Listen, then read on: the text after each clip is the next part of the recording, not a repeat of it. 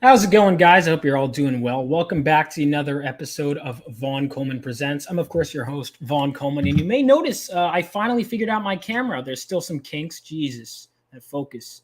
Hopefully, it doesn't do that the whole time. Otherwise, I'll have to switch cameras. I might have to. But before we get started with my guests, I want to pull up some of my own stuff. So I love to promote and have people on, but I'm also a writer, and this comic book is an idea I've had for a very long time. It's called Living Legends, set 20 years after World War III. It follows this teenage boy who's the son of a veteran who grew up worshiping the superheroes and the veterans that fought in the war. And he finds this mysterious crystal and gets struck by lightning while holding it, and finds out he has electricity superpowers mixed with super speed. Because for some reason, when I was little, it always bothered me that the Flash didn't have lightning powers. I don't know why that bothered me. Like, I just thought the lightning. Anyway. So if that sounds interesting to you at all, make sure to sign up for this. And Juju, who's in the chat, did the free, or she's going to do the trading card. So definitely check that out. It's going to be 64 pages. It's going to be the first part of what is going to be a long, ongoing series. It's going to evolve into a team book. But for issue 1, I really wanted to hone in on just our main character. So sign up. If someone could put that link in the chat, it'd be much appreciated.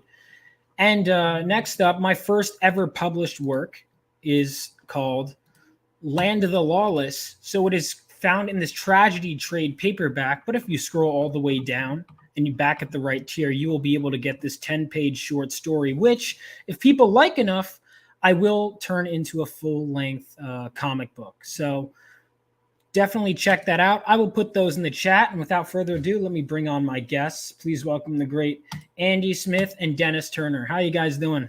What's up, brother, man? How's it going? It's going well. It's going well. Nice. Yeah. So I know you guys have a book out, but yes. So I'm definitely excited for that. And I backed it. I think most people should. The link is in the chat. If you guys, this is going to drive me nuts. If you, I don't know what the hell is happening. I did say, thank God, I thought it was my eyes because man. No, I should gaslight you though. I should be like, no, it's all you guys. Yeah, that's what you should. Yeah. You guys fine over here. Yeah. No, I should do that. I don't know. Yeah. Normally my link oh, there it goes. Dan. Oh yeah, I modded him at just the right time. Yeah, Dan, definitely put the other link if you can.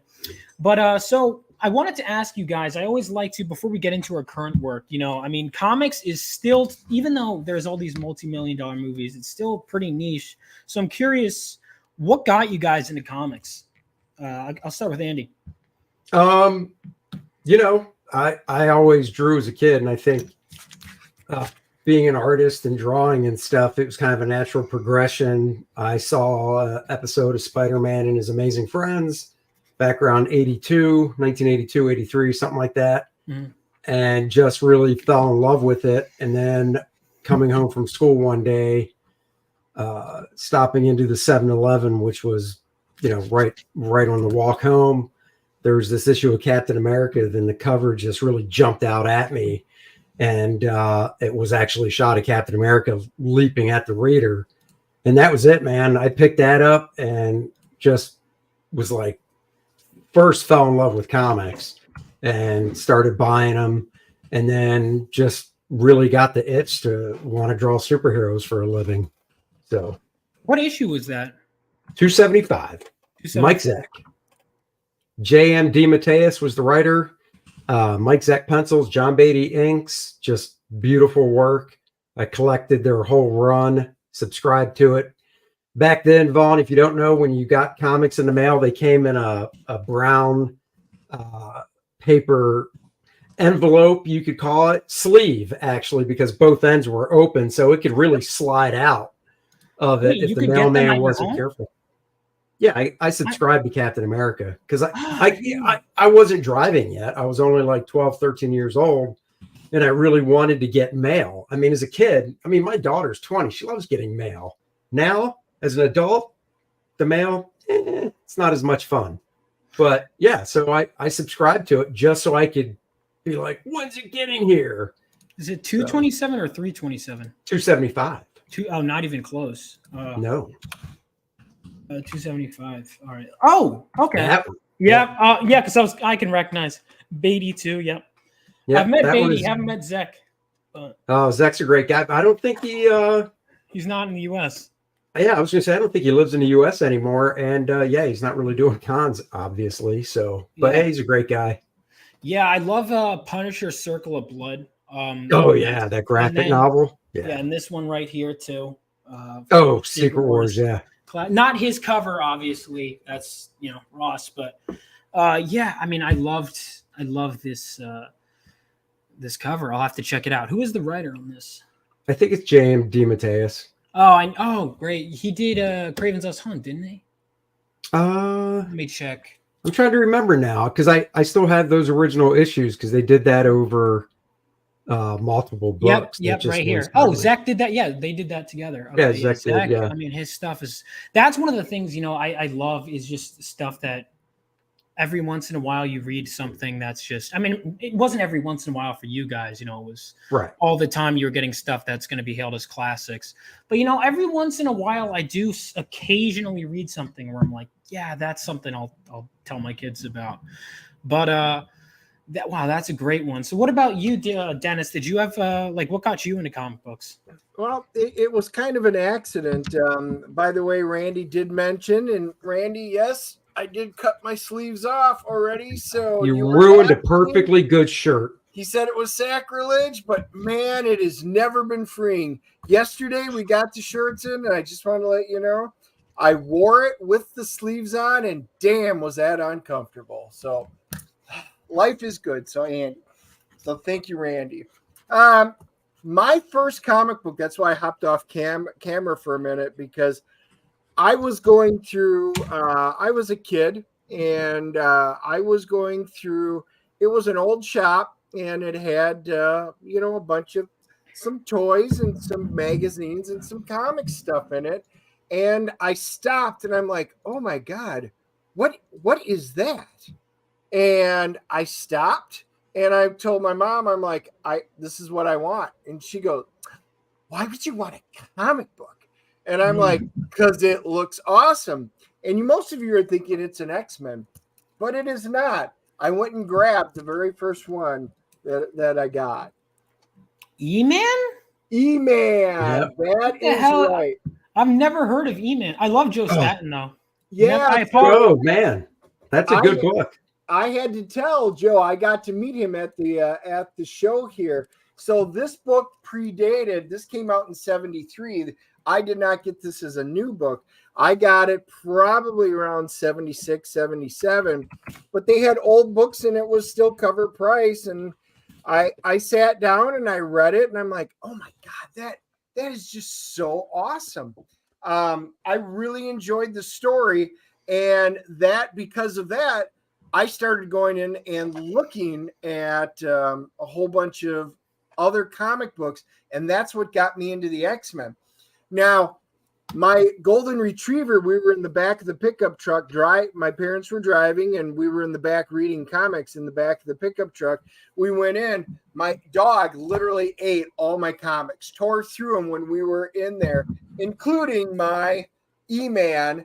So Joel was just at at Heroes, and I finally got to meet him. So I ran and had to go buy a whole new copy because I already had repurchased it. I came home to get him to sign it, and believe it or not, I couldn't find it. I've got this big organized comic collection, and it wasn't there, and I don't know where it went to. So I went to one of the vendors who's always, Banks, thank you. He always has great stuff. I'm like, I need an E-Man number 1 and a 3. He had them, and I ran him over and told Joe he was what got me into comic books, and it was an awesome story. He was very touched. It was cool. It was cool. So E-Man is the reason why I got into X-Men. Wait, so E-Man translates to X-Men because it was a comic book. He was a superhero. It was cool. And then I thought, man, this is really neat stuff. And then I wound up going into an actual place that had a bunch of comics, and I came across the X-Men. And I was like, oh, and they're like, well, what do you read? And I'm like, I've read E-Man. I mean, I also read Dennis the Menace, Woody Woodpecker, stuff like that as well, Richie Rich. But I was like, I really like the superhero stuff. And I remember them. They're like, why don't you take a look at these? And it was, Captain America, Spider-Man. And then they got to the X-Men. And it was a whole team of teenagers, just like me. And, it called to me. And I remember buying my first few issues of X-Men. And I was like, this is amazing stuff.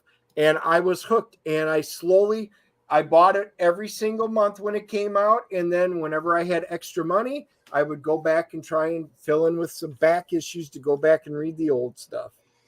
So I'm assuming this is like Claremont's run, right? Oh, yeah.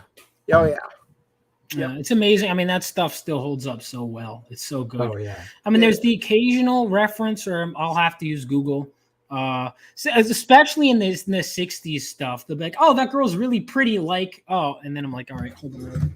I put the comic down and I'm like, okay, this is like some celebrity who was like pretty, I guess, in the 60s. Vaughn's looking at a comic. They're talking on this thing that looks like a brick that has a cord attached to a wall. And he's like, what the hell is that? I got to Google image search this. See, no, that stuff I know, but every once in a while I am like, I'm trying to think. Normally it's not that stuff, but like I do like when I noticed that like older movies, there's typical definition of high tech sci-fi is more buttons. It's true with older movies too. It's just bright buttons. Like no one was able to guess like the flat screen or like the touch screen. Even you look at Alien, it's like it's just a glowing computer with touch. I think Space Odyssey was actually the closest one to what we have. But that's funny because when I first got into drawing comics and stuff and had to draw tech, I just did some generic type tech. I'd look at, other artists I like to go, oh, how do they handle it? And, during that time period, all the guys did really cool tech, but it was really busy. And I just kept thinking to myself, but if this is like really futuristic, wouldn't it just be really smooth panels that you didn't really see much of anything and your hand might just wave over it and something would happen? And I was like, yeah, I can understand not drawing that though, because it's comics and it's visual and people might think, and this is true, people might think, what a cheat. He just doesn't want to draw anything. Yeah. He's being lazy. And it's like, no, I just, you have to draw a stupid amount of detail. Yeah. Like this isn't lazy. As far as I know. That's a freaking splash page, man. That's so good. Oh yeah, those splash pages. I mean, I open my comic with stuff like that because it's striking. There's so many. I think there's so many great ones that pop to mind. I mean, there's even like a Daredevil 182 where it's like she's alive and it's just his face. There's even one X-Men where it's like him getting hit, Forge getting hit by a car, like that's the opening. Like they really knew how to just grab you by the throat. Dennis, what issue number is that? I think I know. I think Forge getting hit by a car. That's he doesn't bounce him out of here. I know what it is. Had a professional on stream. If I remember correctly, it's 264. Hey Dennis, by the way, if you ever wondered what I'd look like with my head on your body, take a look. Boy, I'm totally unintentional. You want to screen cap that, show it to Susie, don't you? Say, hey, Frankenstein's monster right there. Oh man, that's terrifying. That is scary. I'm gonna let it go though. I'm gonna let it keep going. No, you should put the mic on your own head though, Andy. Just move it over a little bit. Oh, there you go. Now I'm like a caricature, big head, little body. You're always a caricature. So you talked about artists. What were some of your favorite artists, or either the ones you pulled from a lot, or your favorites? Oh, I mean, growing up before I got into the business, it was Mike Zeck, Steve Rude, Neil Adams, John Byrne, big John Byrne. George Perez. I didn't really. I was a fan of his, but it wasn't really until I got into the business because I was more of a Marvel guy, even growing up. Except for Green Lantern, I love Green Lantern and Superman. Really, Green Lantern was your favorite? Oh, I love Green Lantern growing up. Joe Staton was doing Green Lantern in the 80s. Loved Joe's work. Dave Gibbons' work when he did Green Lantern in the 80s was just fantastic looking. Alan Davis, big Alan Davis fan when he was doing Batman and Outsiders, his first That was his first American work, was Batman and Outsiders. I didn't know that. I love his Excalibur. I mean, Yep. Buzz, I remember, said this on my stream once. Not sure if you got to talk to him at Garden State, but he's one of those artists that can consistently draw really high detailed month to month. And I don't know how he did it. I asked him, I'm like, how did you? He goes, yeah, it's just the story required. I'm like, that's not it. But like, how? I'm wondering, like, how? You just do it. I mean, you just do it. You don't have time to think about it. You just have to sit down and do the job. So, you know, and everybody's style is different anyhow. I mean, if that's what your style is, it, you know, after a while, it just comes easy to you. If you're more of a minimalistic style, then the funny thing is minimalism takes almost as much time because it takes a lot of thought into what you're leaving out, because you need to think more about, I need to make this work with the least amount of lines as possible. So you're really putting thought into it compared to, and I'm not talking about detail, but like, you know, just say like a Todd McFarlane, his own stuff, even back in the day, Spider-Man and stuff, he was just, you know, throwing rendering and line work everywhere. Yeah.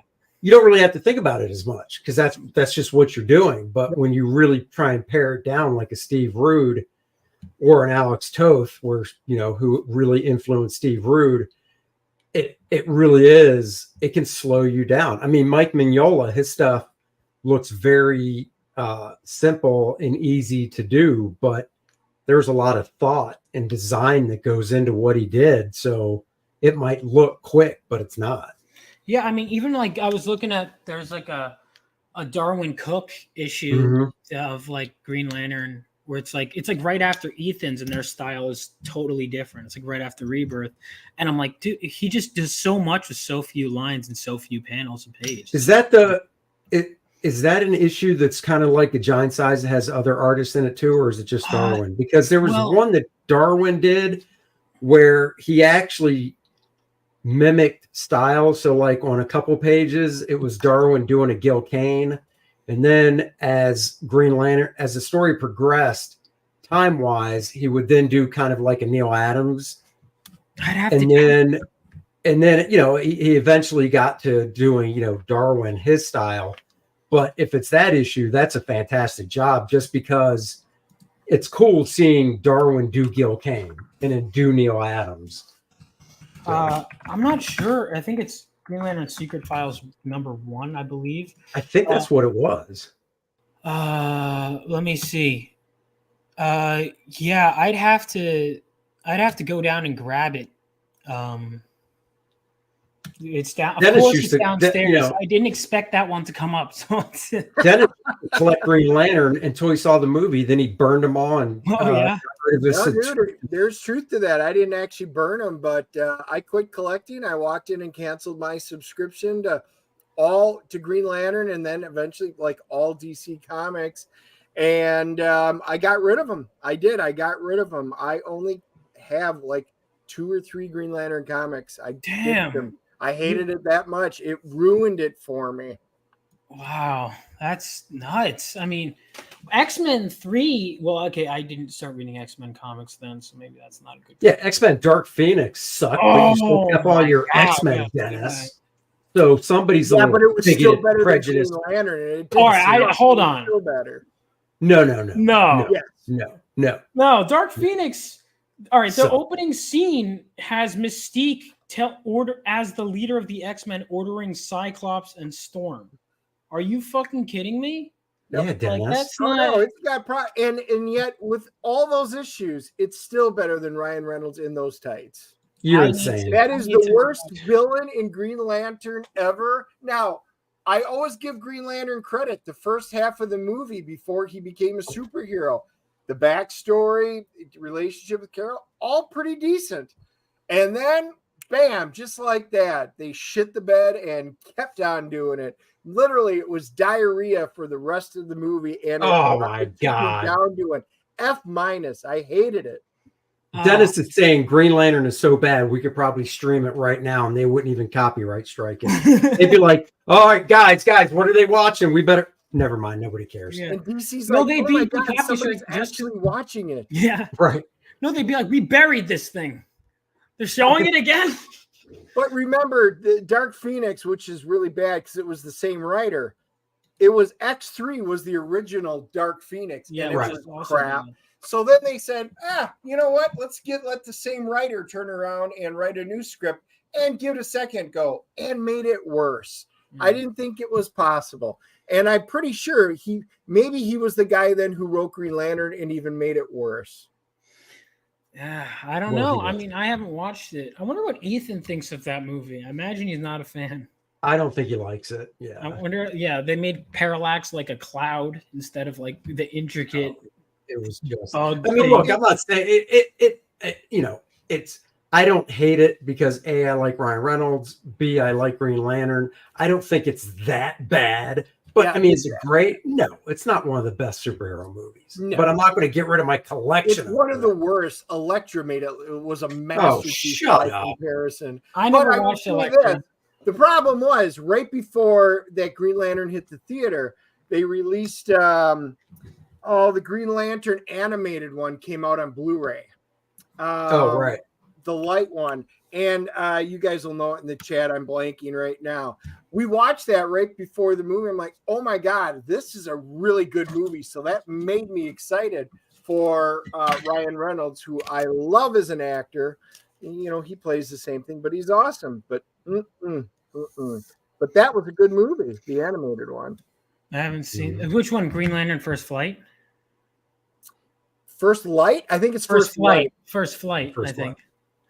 Yeah, I need to. I have seen that. Yeah, in Emerald Twilight. But so okay, while we're on the subject, just because I wanted to ask, do you guys have a favorite Green Lantern then? Well, it's Hal Jordan. Hal Jordan. Yeah, mine too. I mean, that's who I grew up with. I mean, when I grew up, John Stewart was around. Obviously, Guy Gardner was around, but they were still, it was all about Hal Jordan. Mm-hmm. And so it's always been Hal. Yeah. My heart goes out to Hal. So was the 90s a rough time for you guys with Parallax? No. I mean, I was in the business, so I wasn't as, I started in 91. So with all that going on, I knew the guys that were working on the books and stuff. So it wasn't a big deal. I mean, I've done just a handful of Green Lantern work, but I've drawn Hal, I've drawn Kyle. No, that wasn't, it is what it is. The editor, when he hired Ron Mars to write it, Ron thought he was going to be drawing Hal Jordan or writing Hal Jordan. And the editor was like, nope, we want to do something totally different. We want you to destroy Hal.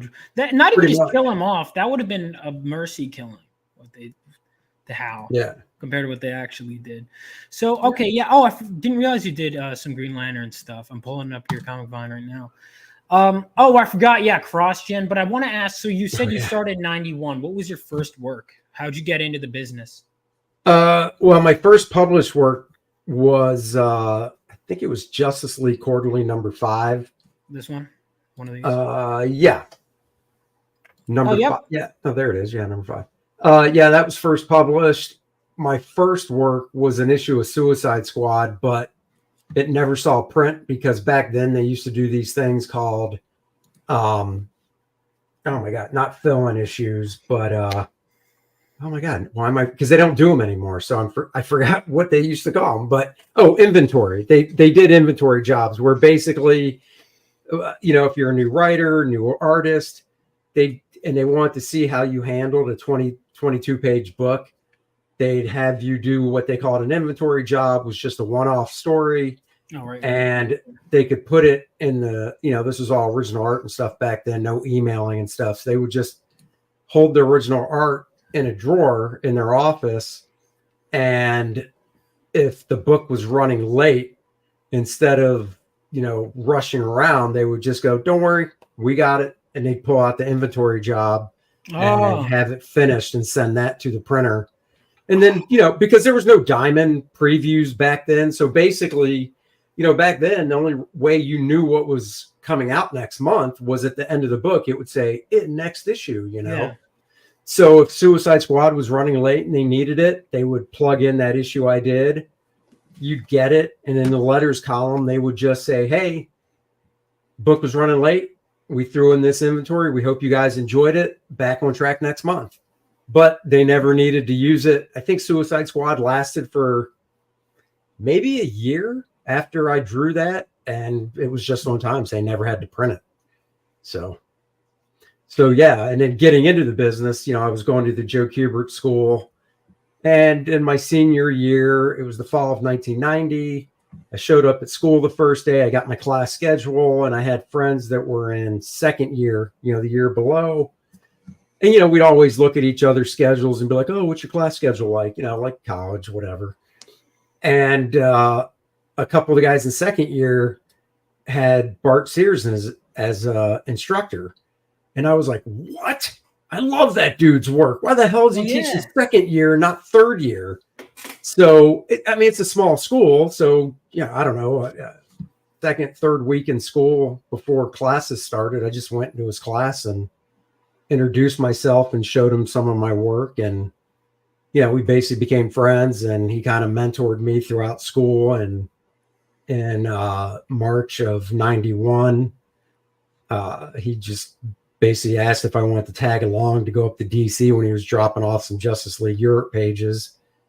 Then he would introduce, you know, he's like, I'll introduce you to some editors. I don't, you know, he was like, I don't have any pull. All I can do is introduce you and you can show them your stuff. So that's what he did. And that's what I did with a few editors. And I got some feedback, and the editors basically said, you know, we like what you're doing. Do up some more sample pages and come back. So that's what I did. And I went back up a few weeks later with Bart and talked to the same editors, and then talked to a few new ones. And one of, you know, a lot of the editors I talked to before said, you know, I'll be honest with you. I don't have any work, you know, I don't have any fill-ins or anything like that to give you, but your work is there.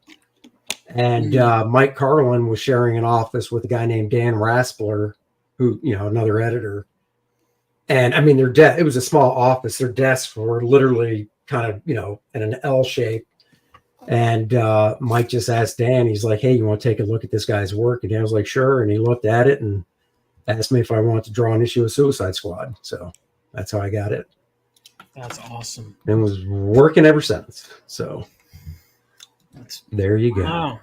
Didn't know that. Well, and look at that. A website I've never gone to because I don't usually. You've never gone here? This is what I go to whenever I'm going to a con and I want to see if I have anything by a particular. Have I read any of your Witchblade? Let's see. Okay. No, because all I did.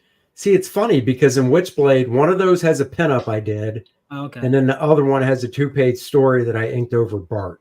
Oh, okay. So that's it. Bart's good people. I got to get him on at some point. Oh, he's awesome. Yeah, I know Bart. Yeah, Bart was the year before you at Garden State. Bart was hanging out with us. Yeah. Yeah. I don't know where he was. Get him up there next year. Yeah, I don't know where he was. I was disappointed. I was looking forward to having him. He moved up north, so he's in upstate New York. Oh, is he? From Florida, so he's closer now. So. Oh, cool. We'll see. I'll work on him. Yeah, get him over here. Yeah, I remember I gave Graham Nolan a cigar, and then he had to give it to Bart because Bart didn't have one. So, right. So what about you, Dennis? I know you so you're a writer, so what got did you ever work in what did you do for comics wise before Cordrath? Oh yeah, no, I'm a collector. That's what I assumed. Always I was trying to be rude because I was like, if there's a slight chance I was wrong, and I misremembered, I'm like, yeah, I know you didn't do anything. Wait a minute. No, guys, I've been a fan. I got in with X-Men as a kid, and I have stuck with it. Dave Cochran, you know, his art I loved, and then when Byrne took, that was just for me the heyday. And then you guys were, you know, ripping on the 90s, and I was like, oh, for me, I love the 90s. Jim Lee took over. Started up X-Men #1, best-selling comic of all time, and his style just, blew everything away. That cover is amazing, man. I haven't gotten to that. It is. I'm getting there. I'm approaching Extinction Agenda. Like I got to Gambit's first appearance. Oh, that's cool. Slowly getting there. Obviously it's weird because I'll talk to people my age, be like, oh, I'm getting to this point. I'm like, what do you mean that happened like years ago? I'm like, you wouldn't understand. I'm reading. Yeah, I'm reading all the old So, stuff. so did you start from the beginning and read, or Started with Giant Size. This is the first. The first trade. I actually am good family friends with the producer of X-Men and some of the movies. And I was like, "What did you read? Where do you start?" And he was like, "Giant Size #1," and then reading in Claremont Surround. So boom, that's where I started. Nice. So yeah. And I don't, and that's the thing, man. It's not nostalgia because I tried reading the new stuff that everyone was telling me, Vaughn, this is the shit. And I was like, oh, this is really cool. It's going to be like some twist reveal that the X-Men are mind controlled because there's no way they would just be this out of character. I mean, that's crazy. I mean, I've heard some like crazy stuff, but people exaggerate things online. Oh, sure. There's no way the comic book industry is this insane that they'd let the X-Men team up with Mr. Sinister and Apocalypse. That's literally the names they chose for themselves. Like, they're like, yeah, let's invite him to our utopian society. That's right. And let's do them X-Men. What was their stated mission in the beginning? It was because it's not the same as people will say too. The X-Men was always like this. It's like, no, their whole mission was to what? Create a world where mutants and humans get along. And then they decided to create an island where they're segregated based on ethnicity. I'm like, I've heard of that before. Genosha. Didn't they? Oh yeah, Genosha. Yeah. Didn't they already try that like a couple times and it didn't work? No, they really went off the rails, and Hickman really was trying to bring in a new story. And this is the stuff that I know that kind of gets Andy once in a while, but like, they'd have this cool story he's building up, then you flip the page and it's 2 pages of just prose. It's just writing.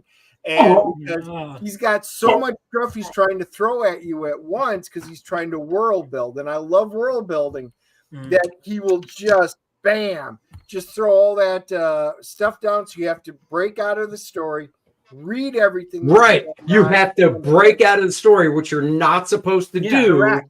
When you're reading comic.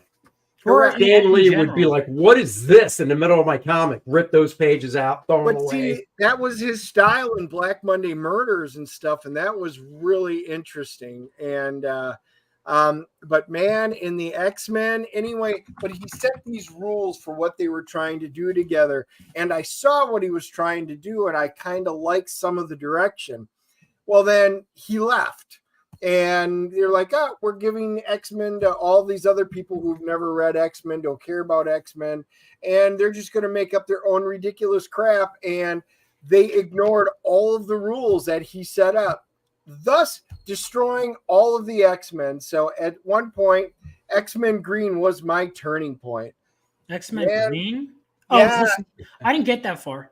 I was like, when they revealed that like Cyclops, Wolverine, and Jean were like having a throuple, I was like, come on, that's not real, right? Okay, like I was like kind of in denial for like 7 issues, and I'm like, yeah. Well.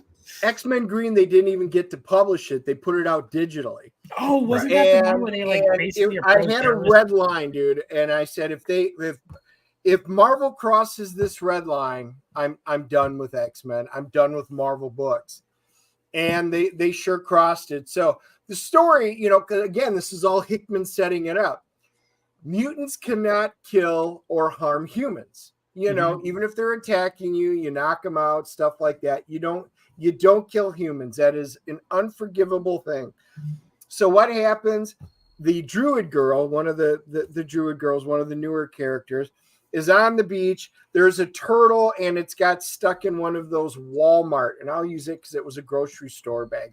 Albertsons, if I remember the name of it. And she saved the turtle from dying, from suffocating in there. She takes the bag, finds this Albertsons grocery store, walks in there and said, is this you?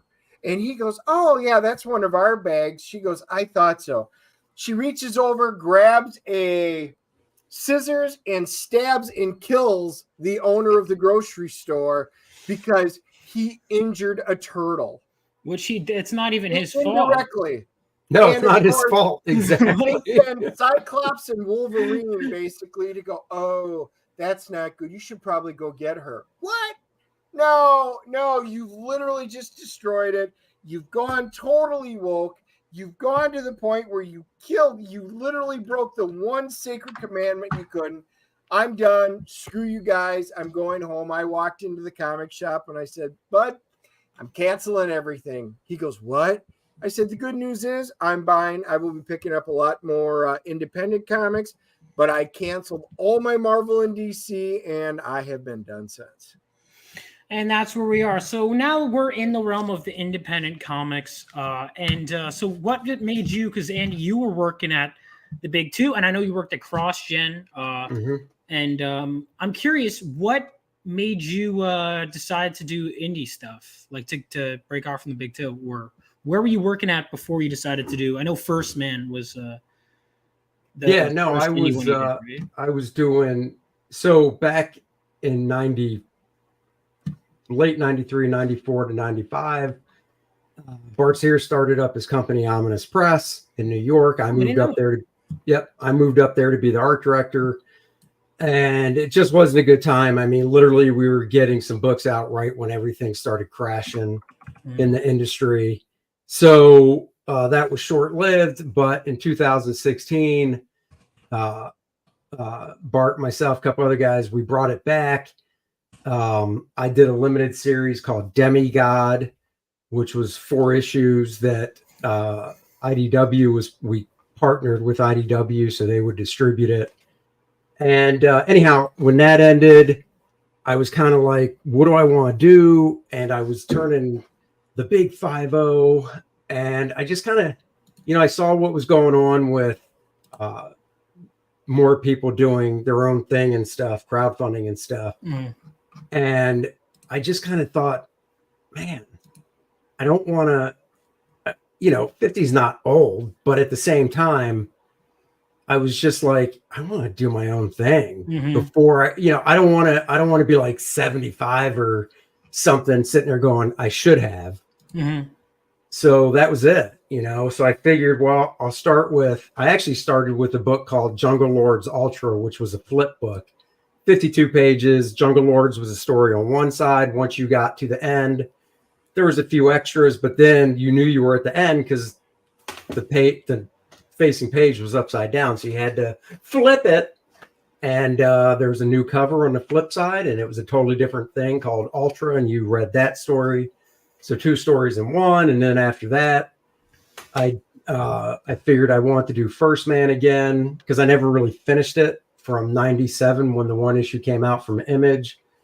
Then I wanted to finish that story. So finished off the first part of the story and, the volume 1 that I did. And then I did volume 2. And, each campaign, like it should, has grown and did better and whatnot.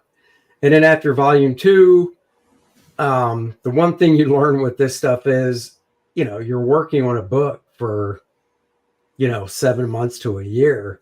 So after volume 2 of First Man, that was like almost 2 years of it. And I just wanted to do something different.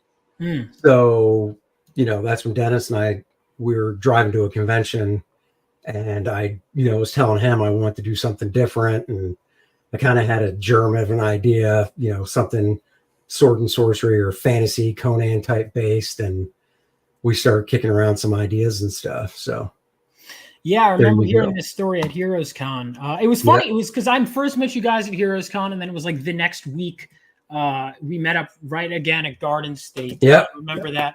I also remember, hang on, I still have it. I was waiting for the timing. You were getting to the time in your story, and I was like, all right, at this point, I'm going to pull up Cordra. But I did have, I remember, I eventually filled up this page, but I've been getting everyone to do this. Oh, yeah. There it is. I don't know if you ever saw the finish, but yeah, it was like I got Frege because he was right next to Michael Golden. And then Tampa, I just finished out this page. And then that's cool. Yeah. Of course, Billy had to, he took out the whole. Of course. Oh, and then I love Cecil's right there. You got this beautifully drawn she. And then right here, you got this. Billy's got the little man complex. He's like, where he doesn't make up for it in the pants, he has to draw it bigger on the page. So listen, unlike you, I haven't seen Billy's penis. If you have, that's. Oh no, Dennis did. He told me. Oh, Dennis. Is that true? No, you realize nothing Andy says is true. Everybody knows. What? I don't understand. Oh, so then why'd I even interview him? All right. No, I mean, and honestly, is this book Billy even coming out Billy now? likes to wear skirts like Dennis does. Oh, I I'm did sorry. notice that. Yeah. Kilts with Huh. no underwear. The dude Yeah, he sits found down out he was across from me Scottish. and does a. Let's see if Vaughn gets this reference. Billy sits down across from me and does a Sharon Stone. Do you get that reference? I haven't seen the movie, but I know the reference. It's from hang on, what was the name of it? I haven't seen the movie, but I know what it's Basic Fatal Instinct. Attraction, right? Or Basic Instinct. Sorry, wrong. Yeah. Okay. Yeah, that one I haven't seen, but I do know the movie. Was that Paul Verhoeven, or was that a different one? I honestly don't remember. Because I think it was. I mean, because I know he worked with her on Total Recall, and then she gets her face blown off, and he was probably like, you know what, I could use her for another movie.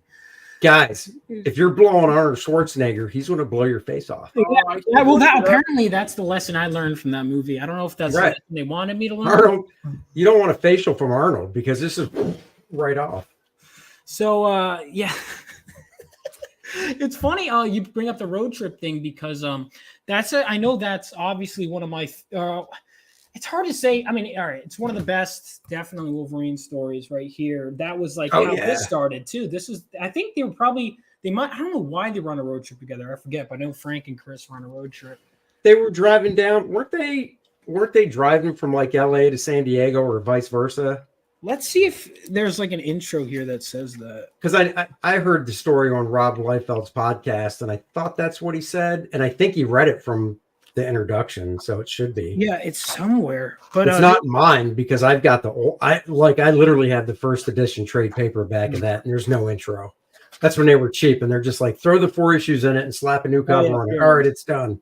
I'm seeing if I could find any keywords so I don't read this whole thing silently. All right, the San Diego convention had just ended. They were driving up I-5. Okay, yep. there you go. That was it. Okay, good thing. Good. That's Good writing. That's good writing. He put in the first sentence knowing that at this moment I would have to access that information. That's right. He thought He thought of me specifically. Mm-hmm. And hey, guys, just as a side note, since you're bringing up Basic Instinct, I had a quick look it up because I was trying to remember. Sumerian Comics, another small press company, they are putting out a sequel in comic form to Basic Instinct coming out this year. And what's it called? Basic Instinct 2? I mean, yeah. Oh, it's just Basic Instinct? Just Basic. People are going to think it's a movie adaptation and without, a 2. Yeah. I guess I don't know. Yeah, that's interesting. I'm gonna have to watch that movie. That's my watch list is like over 1,000 movies long. But before I watch anything else, let's watch the Core Draft trailer and then really break it down. Hell yeah. I like that trailer.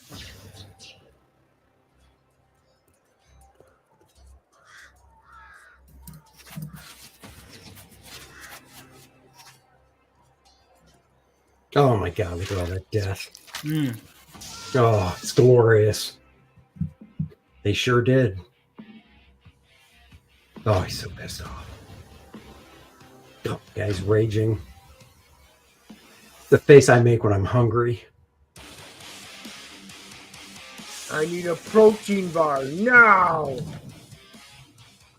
Eat a Snickers. And then he turns into Joe Pesci. That's right.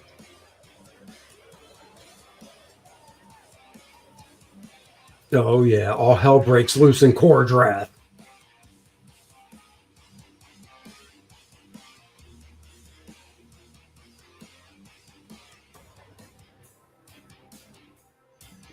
All right. Yeah, everyone check that out. So, Core Draft, everyone make sure to check this out. I backed it. I'm looking forward to it. And I know when you get 100K, which includes what you made on Kickstarter, or? Yes, it does. So we're at 94. I know Randy's going to post it any minute now because that's the type of guy he is.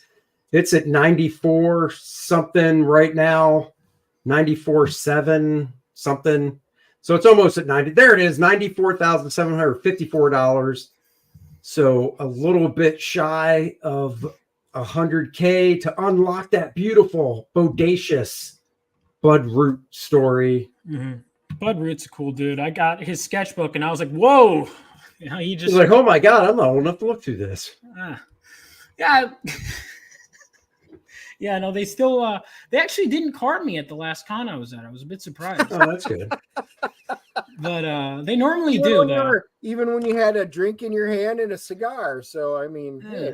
hey, Well, no, the last one I was at, no, they definitely carded me at the one we were at, probably, I think. Oh, yeah, yeah. Yeah, no, actually, someone walked into our group we were hanging out with and said, all right, I'm carding this kid. No, I'm kidding. That didn't happen. Yeah. Walked in, carded me, and was like, all right, you're all good. Carry on. Now, Dennis got carded because he wanted to move into an old age home. Oh, is that like, right? No, pal, you're not old enough. It's tragic. Yeah. Ageist, one could say. They're like, we need to see it. And they're like, you're not 65. Get out of here. You know, he's like, but the ladies are so hot. True story. That kind of is true, but in the reverse. We went to check out one of these retirement community things. And, you know, we got talking to them and they're like, oh my God, you can just move in. We're like, well, no, none of us are even close to 55. My wife's older than me and she wasn't even of age. And she wow, goes, way to throw under the bus. No. They go, it's okay. Those are just, as long as you don't have kids, you guys are so much fun. Move in. Dude, I really wish we would have. Multiple swimming pools. You could have your golf carts and go everywhere in there. They had cigar bar, poker tables. Yeah, I think we made a bad choice. Yeah. So we got the Bud Root story. So is this going to be included in the core draft trade, or is it going to be a separate thing? No, it's in it'll be in the graphic novel. The graphic novel's 80 pages regardless, but the last 4 pages without the Bud Root story are just kind of extras. But with the Bud Root story, it's all readable stuff at that point because core draft is 76. So 76 and 4. That's right. We got to get to the 100K to do it. And somebody could just step up and buy all of Bud's original artwork. And there you go. That would do it. That would be it. Where's the artwork? Let me find that. Oh, and man. Marcus, yes, you are correct. Well, now see, we have 4 tiers up because I've got the 3 pages. Well, it's a 4-page story if there's a 2-page spread. So that's why there's 3 tiers for pages 1, 2, 3, and 4. But then if somebody wants to buy all 4, they can just do that. And then I would just pull the other ones down. That's dope. Yeah. That's really And they're 18 by 24. These things are huge. Yeah. These are like posters. We saw them at the local show working on them. I'm like, what is that? And he goes, oh, that's your stuff. I'm like, dude, that's huge. He goes, yeah, I wanted this to be special. Boy, is it ever. Oh my God. All right. Check these. These are going to look great, you know, wherever. I was going to say on your wall, but I guess really wherever you put them, you know. So, yeah. Yeah. And Dan, Dan Lawless coloring it, and it looks phenomenal. Oh, his colors are great. Phenomenal. That's going to look so good. Check this. Yeah, I'm looking the line art. Yeah, Dan's colors. I mean, Dan's everything is good. You know, I love all of his art. Even just the covers of this in general. I mean, I know, let's see, Lanilith. That's the Bud Root. Yeah, there was this one. This one was the wraparound. And then you had where was the homage cover, right? Or is it, this is a mini. That's the mini print, but there's a homage cover. Was this the 24-hour one? No, the 24 hours of Bud Root black and white. I'm just leaving it up now till the campaign's over. Okay. Why not? Yeah, why not? No, why not? What the heck? Yeah. No, it's good. We got all this stuff right here. So you mentioned that you wanted to do something different from the superhero stuff. And so I'll confess, I've read Red Sonja stuff. I haven't read any Conan yet. I know I have to. Oh my God, you should have read Red Sonja Claw. Claw is DC's version of Conan, except he has a messed up hand. Is it good? And I drew that about 12 years ago. Or 2009, something like that. All right, I'll have to check that out. Claw the Unconquered. Paperback. So I assume you had fun on that book, or? I did, yeah. It was Red Sonja Claw. It was a team up between Dynamite because they still had Red Sonja back then as well. And DC, and then after that, DC did a 6-issue Claw miniseries that Chuck Dixon wrote that I drew, and I had a blast doing it. And that was like 12, 13 years ago. And I kind of want to get back to doing something like that just because it's just so different from, modern day superhero stuff. I mean, it's a total 180 in what you're drawing. I know. I mean, I totally get that. It seems like a lot of people that are jumping independent are trying to do basically the stuff like anything but superheroes. It looks like. I mean, obviously you did your fair share with First Man, which is available on here, right? You can get First Man. It sure is. So if you guys want to get First Man, definitely get that. That goes toward this. So I definitely got First Man 1 and 2. Well, thank you. No, of course, my pleasure. And I'm looking forward to getting the rest of this. But I know a lot of people, are just like jumping away, and I'm trying to jump into the superhero stuff. But everyone else is like, it's almost like clearing the water. Like, we've had enough of this. And I don't blame you if you get, I mean, I imagine as great as some of those characters are, when you draw them, I don't know how many times it's like, okay. Because with the writer, I mean, you can do it, but I could just write, this person does this person does this, and it's okay. That's no big deal. But an artist like, I have to draw this motherfucker again. So I mean, especially it is fun doing something different. I mean, I spent 32 years basically drawing superhero stuff, except for pretty much a year, because Red Sonja Claw was 4 issues, and then Claw was 6. So I mean, that was a year just doing that stuff, and then now doing this. So 30 years of mainstream superhero stuff, and my First Man stuff. So doing this was just a nice departure and really fun. So this Barbarian stuff is just, it looks so good. I remember there's something that just really hooked me immediately about this. This double page spread is so cool. Thank you. Like man, he's almost got like a caveman look to him. How do you go about, because there's so many, there's obviously there'll always be like Conan is like the king barbarian. I mean, he's where it started, but like, how do you kind of go about, like, what sets him apart from Conan in your guys' eyes? Well, I mean, visually, I want to make him a little leaner. Conan's more barrel chest, old school type bodybuilder, and I want to make him leaner, give him a flatter, broader, wider nose at the top that kind of tapers down. He's got a cauliflower ear from fighting. He's definitely more rage filled. I'm sorry, he would just kill Conan. Dennis agrees. I know he does. So, wow. But from the writing standpoint, Dennis, from Conan. He's a completely different character, because part of what I enjoy doing, and you were asking how we got into it. So I'm a role player, Dungeons and Dragons, fantasy, sci-fi, all of that stuff. And I've been playing D&D since, the early to mid 80s. And, I decided, this was based off of a world that I was creating. So magic works completely different. The background of the story, this isn't just Earth set in a different time. This is literally a galaxy far away, which is completely different. Not just because it's got 2 moons that have things that go on with it.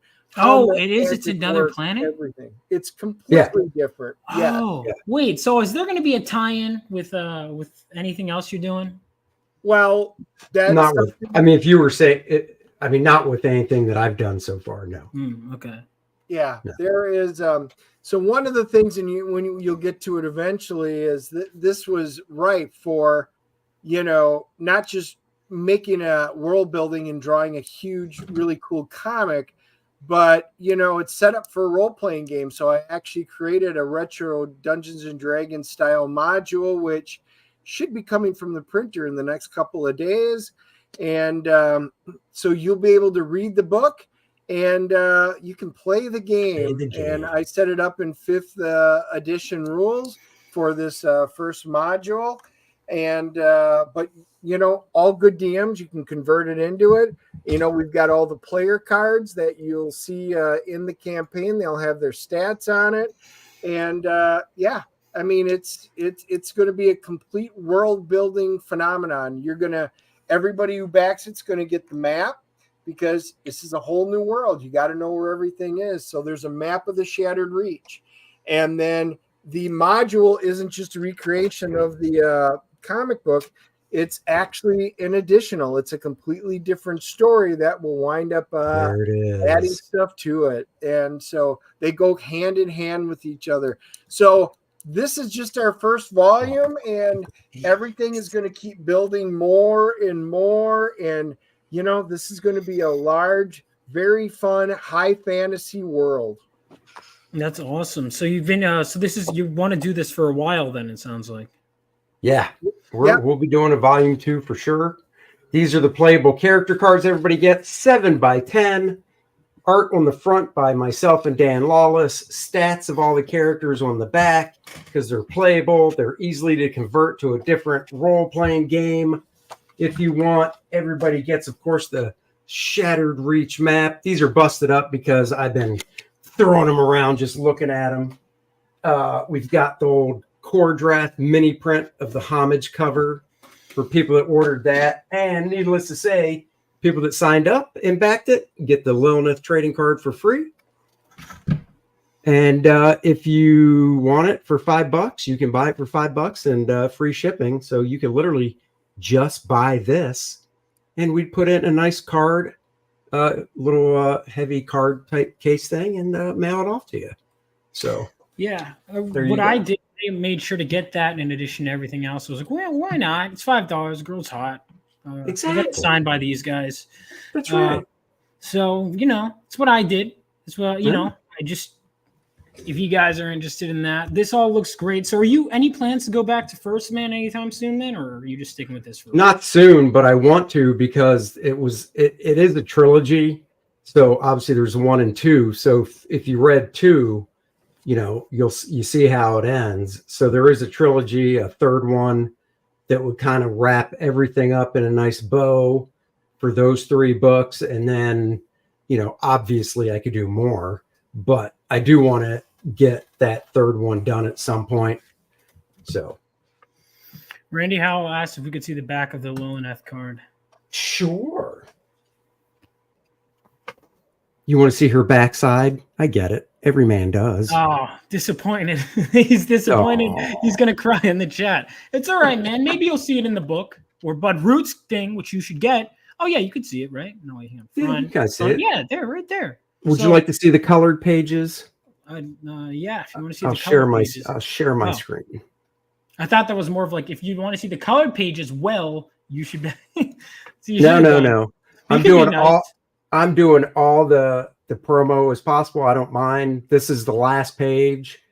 I'll show the other 3, of course, but this is the one Dan just finished today.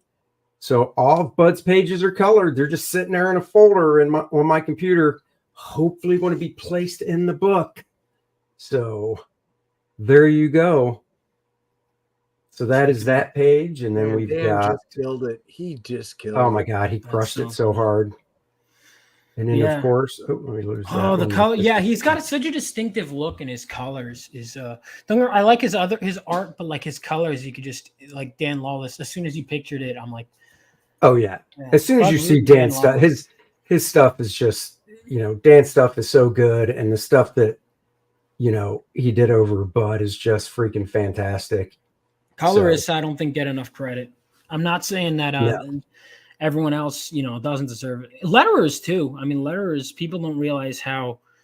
Oh yeah. Like I've read like indie books. I'm like, oh, like that's the box you're gonna go with, really? But Bud didn't use a letter. He did all those letters himself. Right nice. Yes. On the pages. That's cool. Oh yeah, he letters everything by hand. He is not, and he wouldn't care if I said this. He's not technologically savvy. He can check his email and search the web. That's what he's good at. Listen, he does what he needs to do. And, that's right. He does it well. That's right.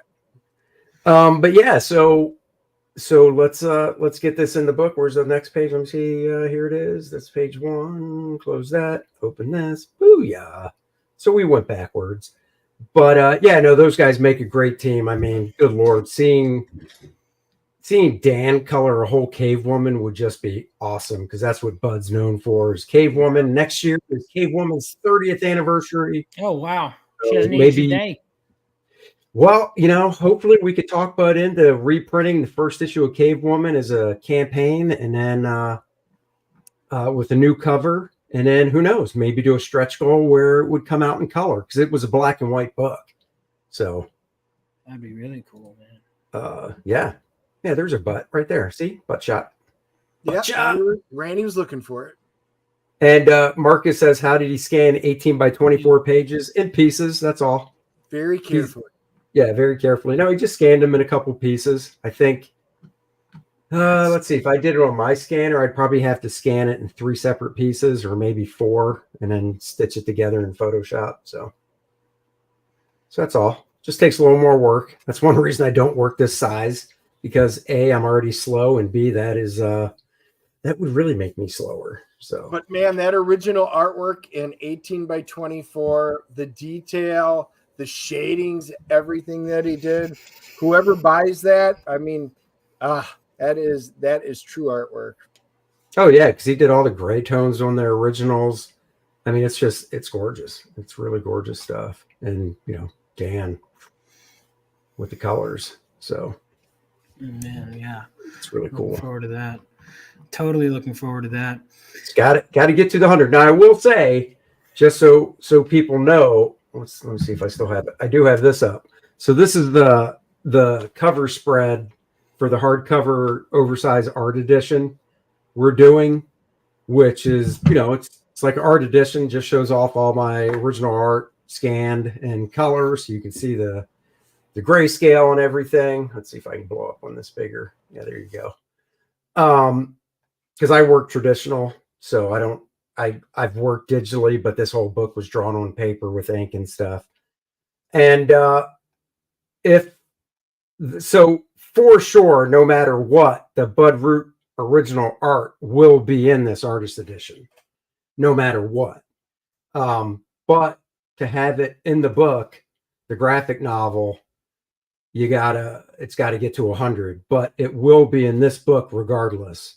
So you can still buy this, 65 on the campaign, and it goes up to 80 when the campaign's over. 96 pages, 9 by 12 hardcover. Features the whole book. That's dope. Yeah, I'm considering doing it. I'm looking at all the possible. I really keep a close eye on all these campaigns, especially that offer a lot of stuff. Sure. I'm like, okay, artist edition. Also, I'm like, what's the best way to exploit the hell out of all the work I paid for? Okay, artist edition. Yeah, dude. Okay. Hey, man, it's serious though. I mean, book. Let's see. More Randy, people don't do that. Making of. I'm like, listen, I'm already made it. I already have all the back and forths. Why not just print that shit? I could just go on. Oh, here's my process. And yeah, no, people do that. Knows who the hell I am. People know who you are. So for First Man Volume 1, I did a program book, which was it was kind of behind the scenes, showing some page layouts and stuff, and sketches and design stuff in it. So I've done something like that. I know Aaron has, and some other guys have. Randy says the artist edition cover is a sleeve. No, this is just when you send it to the printer, this is what they get. No, it's a hardcover. This will be wrapped on the book. It's not a book cover sleeve that comes off. This will be, attached and glued to the hardcover cover. And I'm curious, this is something unique. What's with the game module? Oh,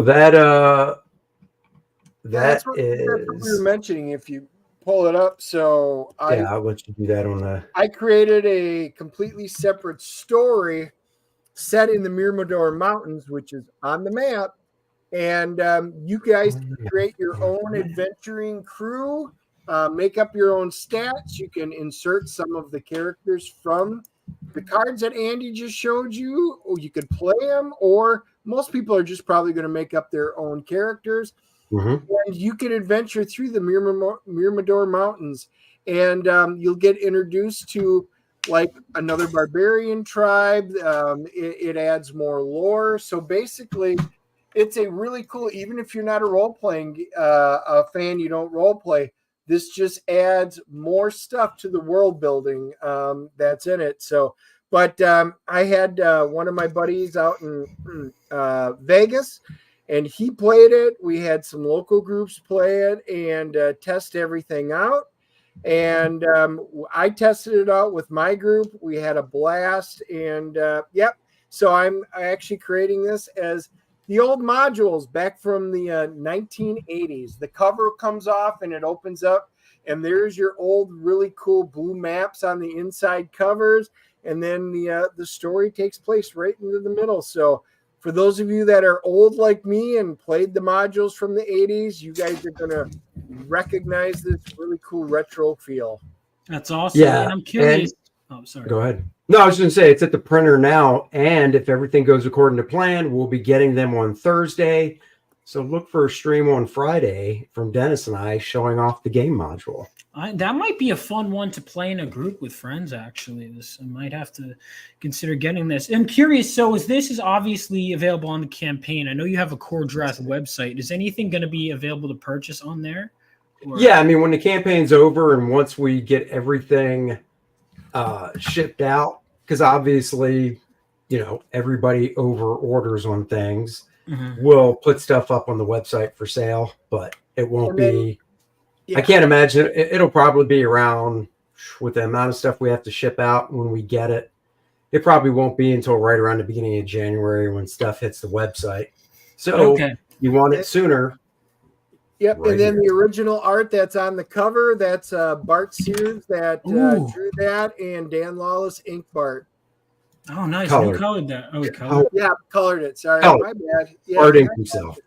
And the Bart black and white art is also in the artist edition. Oh, nice. As well. That's cool, man. That's really cool. All right, I'll look into that. Definitely check that out then if you guys haven't already. That might be. I've always wanted to get into these tabletop games and I just haven't yet.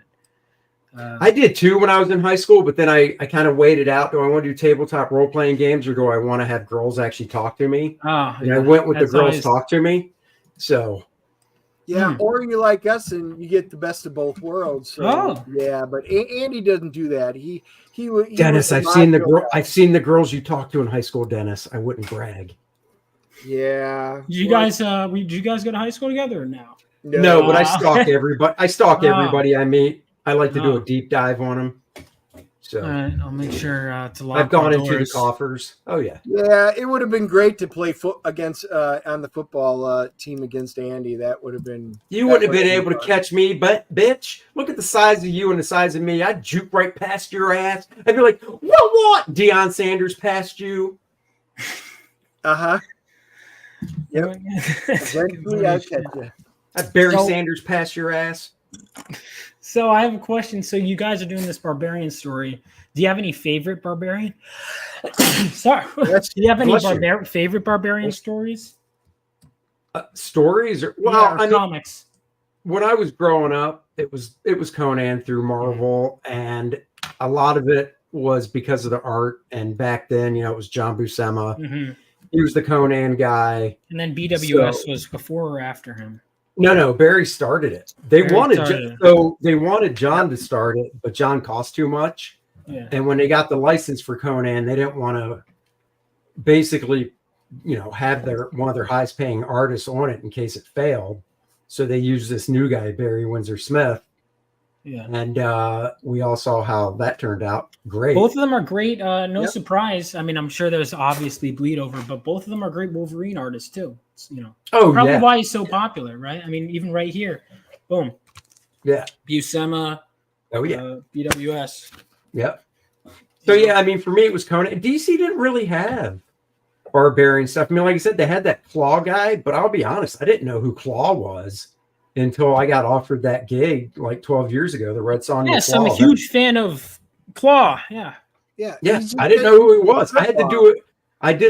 They asked me to do a Red Sonja Claw pinup, like a tryout piece for it. And I was like, okay, because they had to show something to the licensor of Red Sonja. So I drew that and, I went out and I think I bought Claw #1 because it's not like it's worth anything. And Mega Man in the chat, Warlord. Nope, yep. I did like Mike Grell's Warlord as a kid, but he's not a barbarian. No. I don't consider him a barbarian. So. They should have just did Thundar. I did like Thundar Barbarian. Thundar was awesome. I need to that would have been a good license to get your hands on him. I'm a Ookla, Ariel. Yeah, that was just good stuff. But that's what cartoons were for. Yeah, Thundar was great. Well, no, when DC did that Hanna-Barbera stuff for a while, 5-6 years ago, Thundar was part of it, wasn't he? Because I think Aaron drew him. Was it? Oh, I don't think so.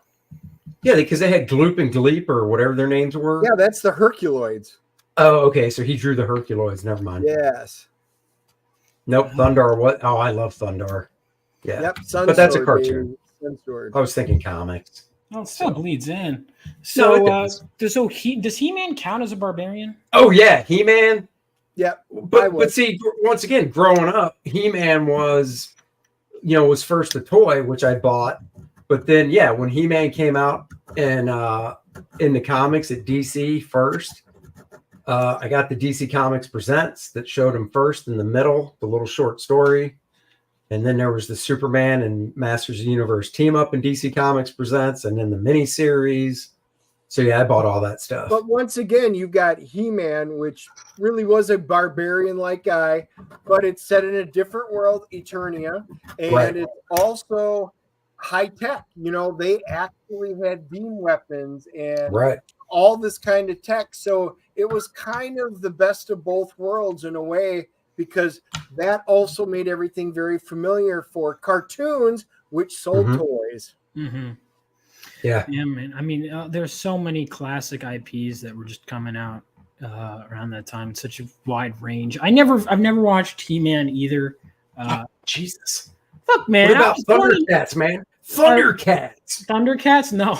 Oh, dude, Ryan. All right, well, I know when you were born, but you can go to YouTube. Yeah, no, I know what it is. Dude, Thundercats, you at least need to watch like the first half of the first season and you'll get hooked.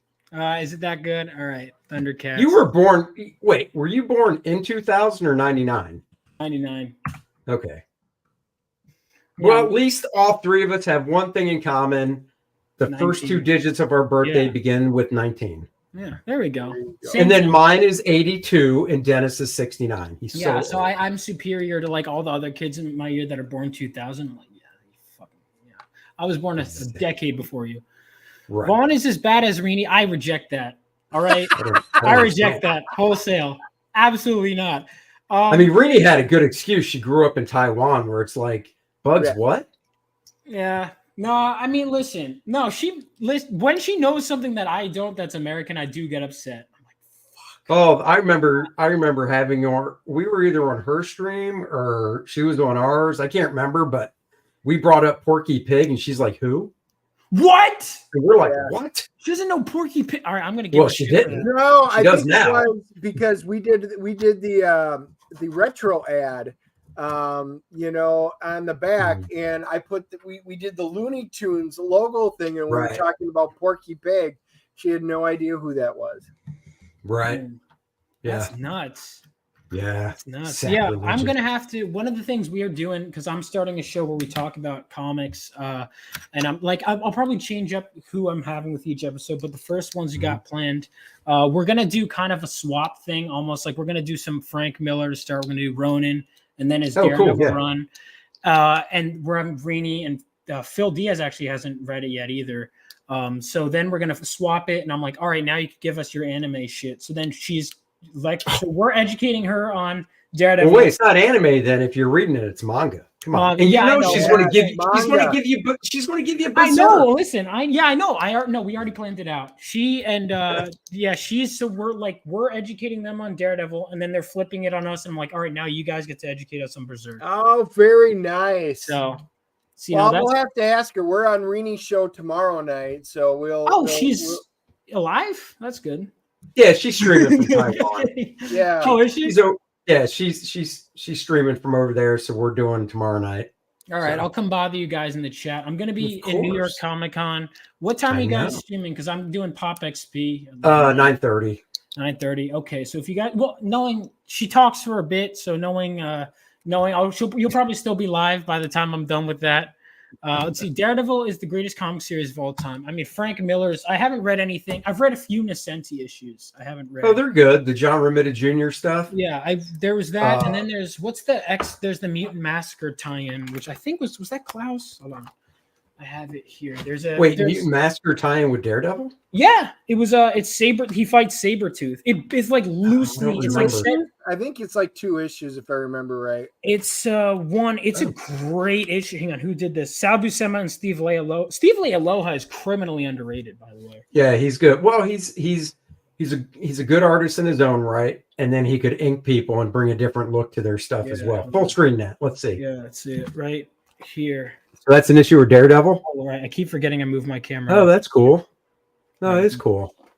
Yeah, let me find the. I totally forgot about those. I hate that it mirrors. Yeah, this one. Oh yeah, no, I recognize the Art Adams cover now. Because it's set like Mutant Massacre was like, I mean, weird, but it was such a good one. And that was the. I always say that's the. I mean, it's not a controversial opinion to say '86 is like the greatest year. I mean, you had that Circle of Blood, Watchmen. I think the '80s. I think the whole 80s was a great period for comics. Oh, yeah. I mean, 70s was too, but I really think they were hitting on all cylinders in the 80s. Yeah. And then kind of going into early 90s. I read all of 80s X-Men. So like I've read from starting with Dark Phoenix, ending. The last issue was like one of the, like during Psylocke's transformation is like the end of the 80s. So it goes all the way, like starts Dark Phoenix, ends kind of after Inferno. I mean, that's just a great decade. That was good stuff, man. Watchmen is overrated, but it's still a classic. I mean, even if you think it's overrated. So have you gotten to Siege Perilous yet? Siege, where they walk through. Yeah, right. Yeah, that's where I'm at, where they're split up, and like, I don't know how I feel about Colossus as a struggling artist. Like, I get it, but I'm like, dude, I don't care. Okay, wait a second. Who's the artist on the run at that time? Then I'll know what you're talking about. Okay, that was so where I'm at. Is it Silvestri or John Romita Jr.? Oh no, it's after that. It's well, I think Silvestri is transitioning off. Like, they're kind of doing a lot of fill-in artists. Like the last issue I read, it was actually the last X-Men content in general. So I read Gambit's first appearance. So that was like, so I'm like I'm approaching the Jim Lee era. I read this. Days of Future Present was Gambit. Yeah. 266. This Days of Future Present I read. Yeah, that's good stuff. So I'm like on Liefeld, New Mutant, Jim Lee, X-Men. Although Jim Lee's not doing every issue like, Silvestri was. It's like, I'm kind of in that whole era where it's, let's see, Liefeld, and then Louise Simonson is still on New. No, who's doing X Factor? I forget who's doing X Factor. X Factor at that time was it John Bogdanov? I think it might have been. I think it's John Bogdanov if it's during extinction agenda thing. So if you're in that, are you? Did you get to the cap in one of Andy's favorite covers, 268? That's my next issue. But here, you know what? Just so you can see the, because I won't make this too much about me, but since you're asking, no, that's okay. I'm going to show you what I've been following for the most part is my reading order, but I have like notes in my phone, in my computer where I'll take note if I disagree with the reading order at any point, or I'll say, here's why this makes sense to be read here. All right. So I started with this, right?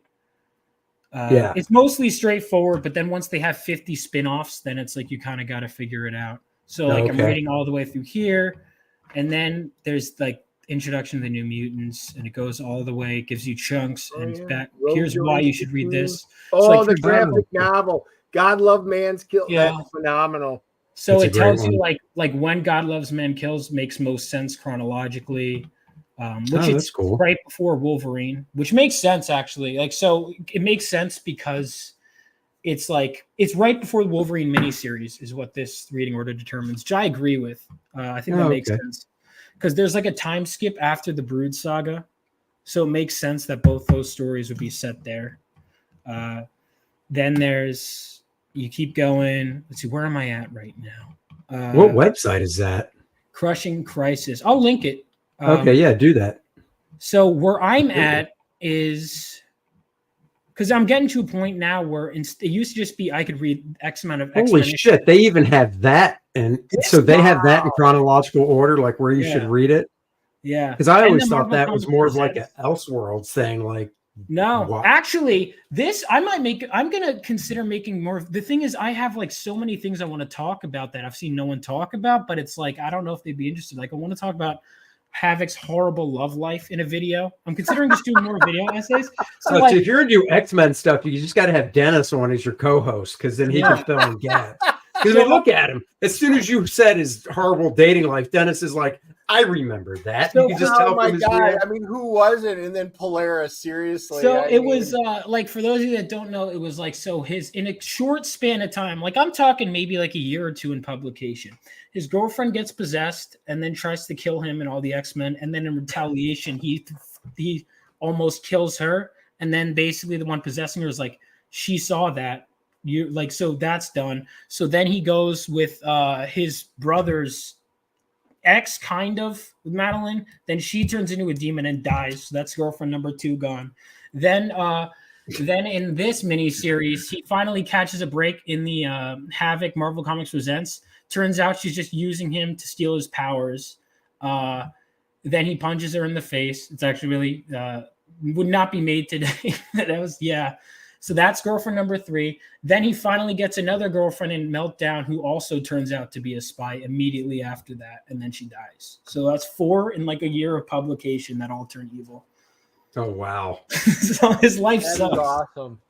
You know, it's funny. I've read them all, but I wasn't thinking of it that way. That is truly funny because, yeah, Madeline Pryor. Oh my God, Goblin Queen. She comes back.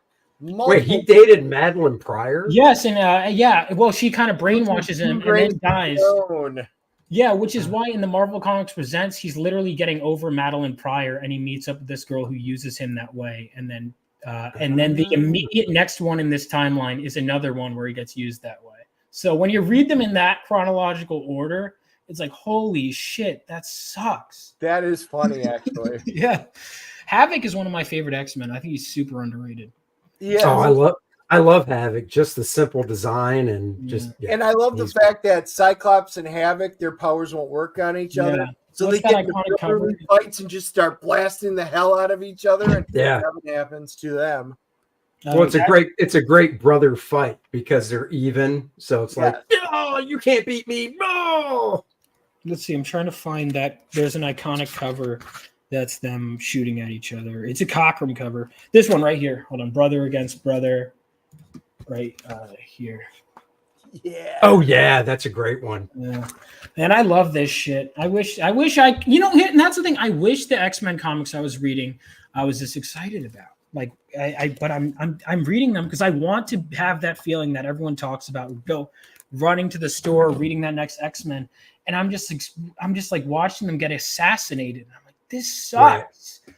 But yeah, so if you're reading this, the good stuff right now. So Andy's favorite is my next X-Men issue if I was reading it in that order. It's one of my favorite covers. I mean, that cover with Captain America, Wolverine, and Black Widow, and then just the art inside of it. I mean, that is just great Jim Lee stuff right there.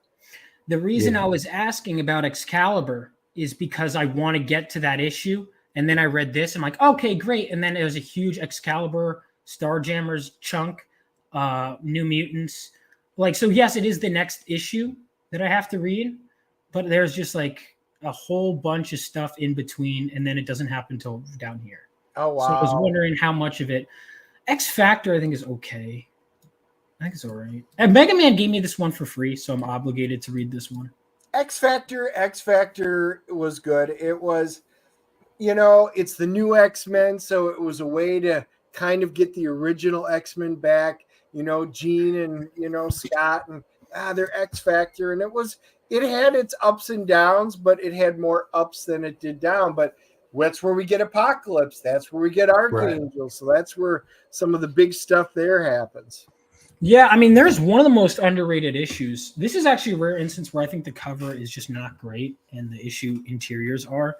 It's a fight between Archangel and Sabretooth on a rooftop. I don't know if you remember that issue. It's like a brutal fight. Like they're ripping each other. I'm surprised they were able to get away with some of it in the Comics Code. It's like a brutal. Once again, I always try to think of who was working on the time. That's not Walt Simonson. No, it was. No, I want to say it was like Isherwood or something. Or no, it might have been. No, not Isherwood. Who was it? Hang on. I want to say it was like 54. 54. No, it was 53. Nope. 52. Terry Shoemaker? Shoemaker, I think, yeah. But it's a Liefeld cover that I'm not crazy about. Oh, okay. Ooh, yeah. All right, hang on. Sorry. Oh, actually, I think I remember that cover now that you said that. It's right. Like, look at him just cutting him up right here, taking the gun away. They're fighting to a standstill. They're like ripping each other apart. That's not it. This cover I don't really love. I don't know why his mouth is so massive. I think Liefeld did some great covers, like especially Liefeld and McFarlane. Is that Milgram? Okay, that's Milgram. Yeah, I mean, there's that fight. You can't see much of it, which is why I say it's like an underrated issue. But that fight is so good when they're on the roof and they're just cutting each other to pieces. Yeah, I mean, this especially right here, I love. Archangel's probably one of my top 10 too. I think he's underrated. What number was that? 52? Cool. 52. I tried to like the original Excalibur. I just couldn't get into it. I like the later series that Lepresti drew. I didn't know he drew Excalibur. Yeah, I own one of the covers. I love the original Excalibur by Alan Davis and Chris Claremont. Love that stuff. Yep. I have. So that's my next chunk. All right. So then if you recommend it, that's my that's good stuff. My next chunk is after Claremont. So again, it's 26. That's why I was like, all right, do I have to read this? I will. Oh, look at that. I was right. Terry Shoemaker. It's a different feel. I mean, that's the one nice thing is, when you read. Dennis? Oh, Dennis is roboting. He always gives me shit. I wonder if he can hear us. I hope he can, so he can hear me making fun of him for his crappy internet. Did you hear any of that? Nope. Yeah, dude, I've been in between Inferno and Extinction Agenda for like years, and it's only like it's like less than a year of publication. But it's like there's so much shit. That's some dense stuff from back then. I mean, look at what I'm reading. I'm reading it in this order. I'm reading it. Excalibur. Yeah, I mean, there we go. This is the end of. I don't know how much I'm gonna read past Claremont. I know a lot of, especially artists, praise it afterward. I don't. Maybe I'll read some Love Dell. I don't know. We'll see. I have so much to read, especially from. I mean, it's okay. Fabian Nicieza wrote the stuff too after Claremont left when Andy Kubert took over as the artist. I like that stuff. Yeah, but see, you do got to read a little farther because that's when you get into Bishop and right. And he becomes pretty important for quite a while, and yeah, it's good stuff. I think you're going to want to keep reading it for a while. By the way, here's the reading order in chat. You can navigate back to the main menu, but I'm going to put that in the chat. So cool. Yeah, I can put it in private too.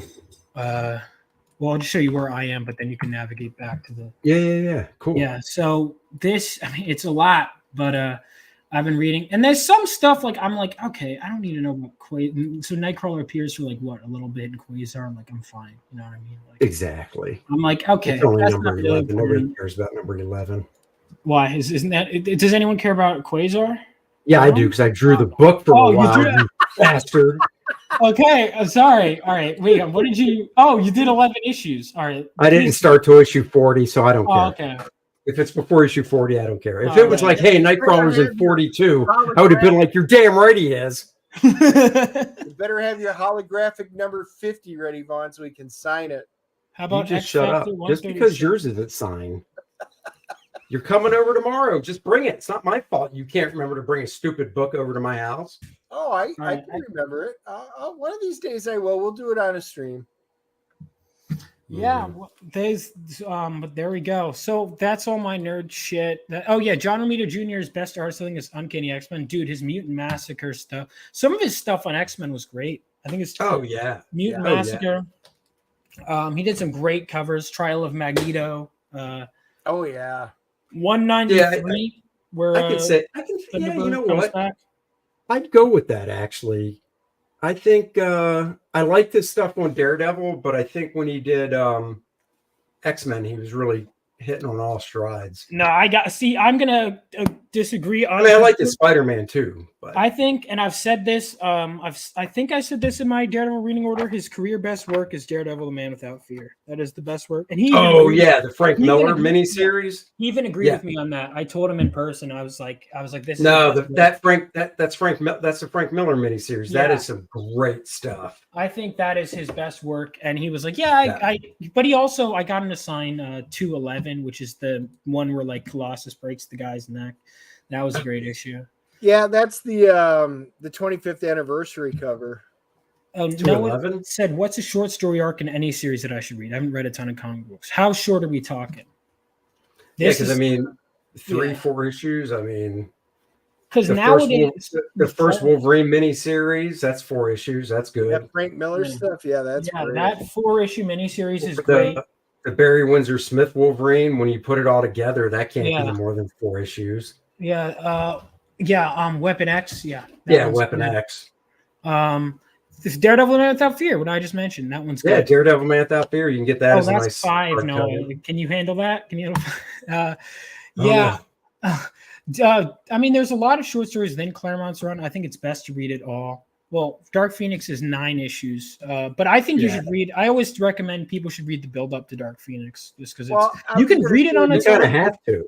The Dark Phoenix saga is still one of my favorite story arcs in any comic book, but to really understand it, you really have to start with 101, where she becomes Phoenix and she bursts out of the water till she dies in 137. And even then spoiler alert, Dennis. Jesus. Yeah. And even then you have to read, because that's like the end of a story arc. So even then, I would just say at that point, just start with Giant Size if you're going, in my opinion. I mean, I do think in general that's the best place to start. And that's not an unpopular opinion either. I'm not, Giant Size ground here. No, that's a good place to start. Yeah, that's what I'm saying. What I'm saying is that's not like an unpopular opinion, what I'm saying or anything. Craven's Last Hunt is great. That's 6 issues though. Shit. All right, 3, 4. Days Ash, that's 2. That one's really self-contained. Like you don't the before and after are like don't really talk about it much. That one's easy. God Loves Man Kills. That's one quick read. Oh yeah, I mean that's just a trick. I mean there's so many. Demon Bear Saga. Sienkiewicz is I love New Mutants. Yeah, once I started getting into New Mutants, because I knew nothing about that movie. Took so goddamn long to come out that I didn't know who the New Mutants were. And by the time the movie was in theaters, just a few months before, I was now a fan and had caught up. And then I was disappointed. Yep, you should have watched the movie and went, oh, and then went back and read it. Exactly. Well, I think that movie would have made me go, oh, these characters. I mean, like I don't need to read this. If it is trash, if you think it's trash, you have bad taste, Noah. I'm just going to say that. All right. If you think Frank Miller's hang on. I don't if you think this is trash, if someone reads this and says it's trash, I'm like, okay, your opinion's garbage. Exactly. No, that Wolverine is great stuff.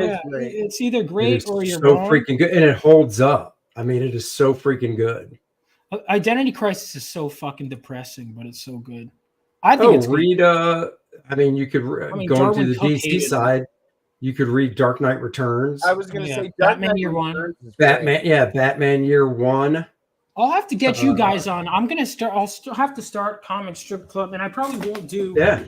If you guys have anything you want to cover, I'd love to. Batman, the Killing Joke. Oh, Killing Joke is. Tell Graham Nolan you like that story. He doesn't like Killing Joke. I don't think he fucking hates the him and Chuck hate it. So I do. All right, so that brings me on. I forgot to ask your favorite stories, comic book stories of all time, or what then? Dennis, you can go first. Yeah, mine's self-explanatory. It's the Dark Phoenix saga, hands down. Always has been. If you saw a picture of my man cave over here, you would see it's Jean Grey statues. I literally have the birth and death of Phoenix. And yeah, it's just I got hooked on that way back when, and it's just too awesome. Yeah, Dark Phoenix is the shit. Matter of fact, here I don't, for me, it's tough because I was so into the art and stuff. Obviously I read comics, but from a nostalgia standpoint, I'm just going to go with the John Byrne Alpha Flight stuff. Never read that. That's one I've read almost everything in that reading order except Alpha Flight. I love Alpha Flight. Yeah, I love Alpha Flight. But the John Byrne, like I left the book right after. So Byrne left the book, went over to Hulk, and then Mike Mignola came over to Alpha Flight. And I can't remember who was writing. Oh, it was Bill Mantlo, I believe, was writing Alpha Flight when Mike was drawing it. And I stayed on for that, but then when Mike left drawing the book is when I dumped Alpha Flight. Thor by Walt Simonson too. I love that stuff. Yeah, that one I've only read the tie-in issues. Well, and if you want a quick one, the intro to Beta Ray Bill, that 3-issue miniseries, that is just utterly fantastic.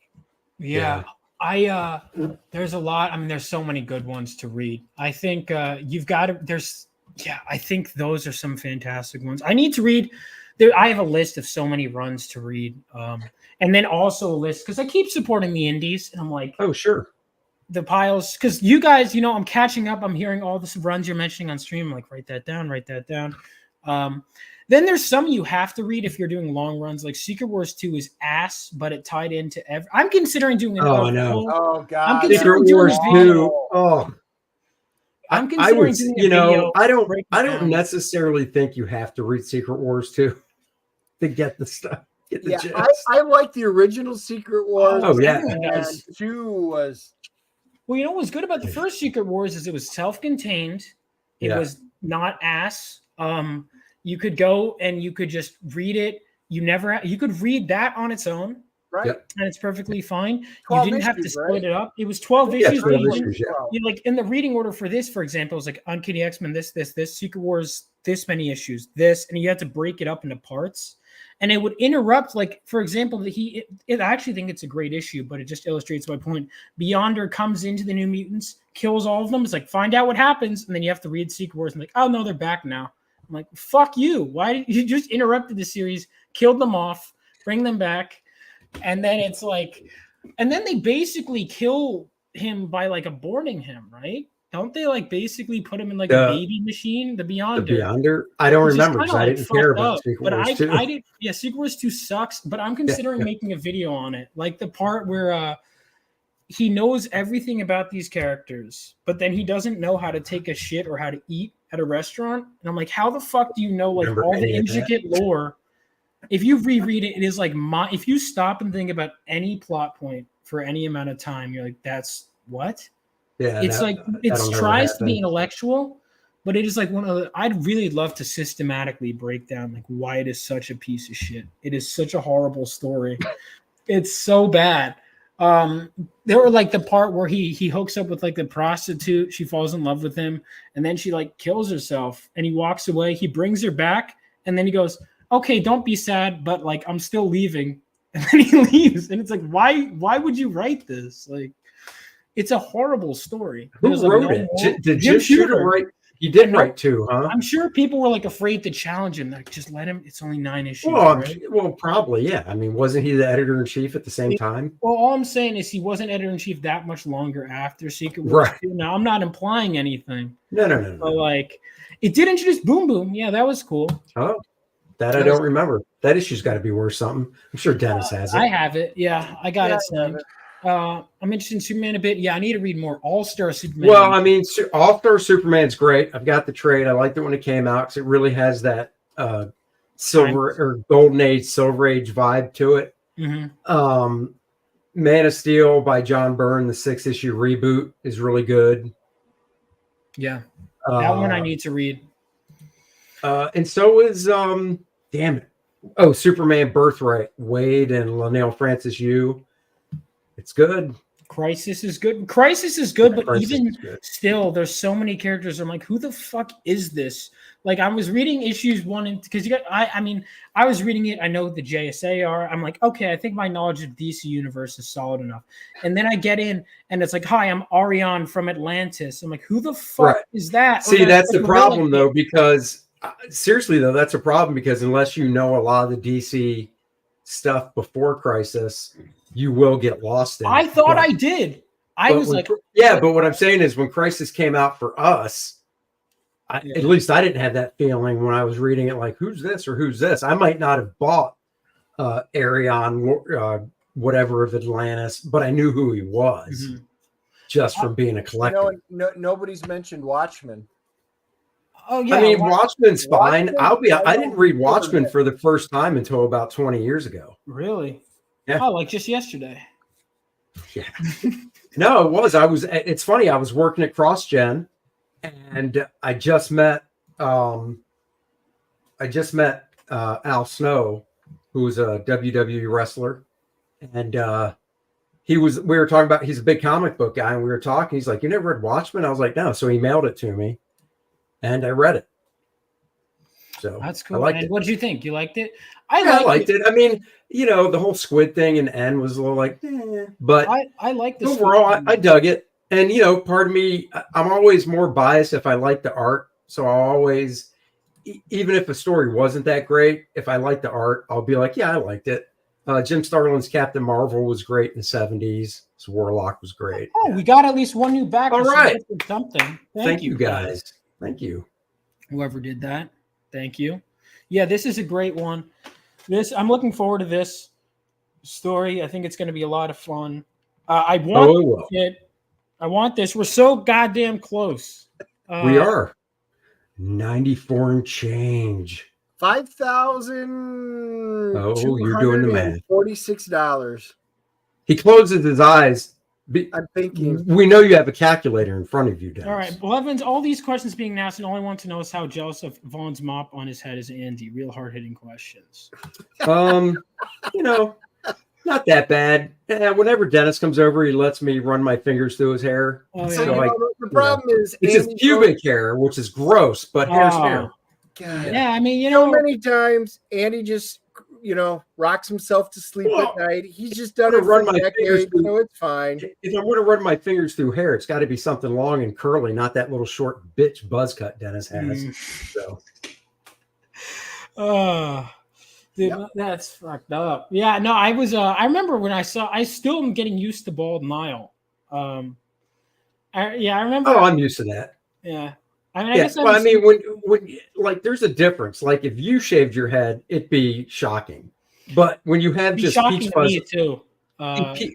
Peach fuzz on your head like Nile, and then he's finally like, "I'll just get rid of it." It's not really shocking. Yeah. It's like, oh, now it's clean. Yeah, that's what my dad. He started balding. I'm probably in like his late 20s or something, and he was like, "Nope, just shaved it off." He's like, "You know what? If I'm like, he's not going to salvage it." Like, I'm pretty. I'd have to ask my mom the story again, but I'm pretty sure she just came back from work and was like, "What'd you do?" He's like, "Well, it's already gone anyway. Might as well just." I respect that. Like, if people are like, you know what, like, it's time to let it go. Just commit to it. It's not a bad look. Yeah. Hey, pull up Brian's comment. What was it, Brian? It's the latest one that I see. I really want some Andy's original art, but he doesn't ever sell it. I even asked nicely. I know, but you can get Bud Root's original art, Brian. Stop buying all that real estate property and drop some coin on these 4 fabulous Bud Root pages that are guaranteed to go up in value because Bud doesn't do sequential stuff that much. Mm-hmm. And you'll thank me later. So there you go, Brian. Good. That is true. And hey, Brian, since you're on, just so you know, I wound up watching Nun 2 because you had shot me the stuff about the other horror movies and stuff. But my daughter came home and we had time just for one quick movie. So Nun 2 was what we wound up watching. And Brian, I may do a review. Real quick, Brian, I do have my batch of those pages. You could contact Randy Elliott, the inker. He has his batch of pages still too. We could put full books together of that stuff. Ooh, Deadly Duo. I don't know. Yeah, it's a mini series I did it's one of the first things I did for Image in the early 90s, like 94, 93.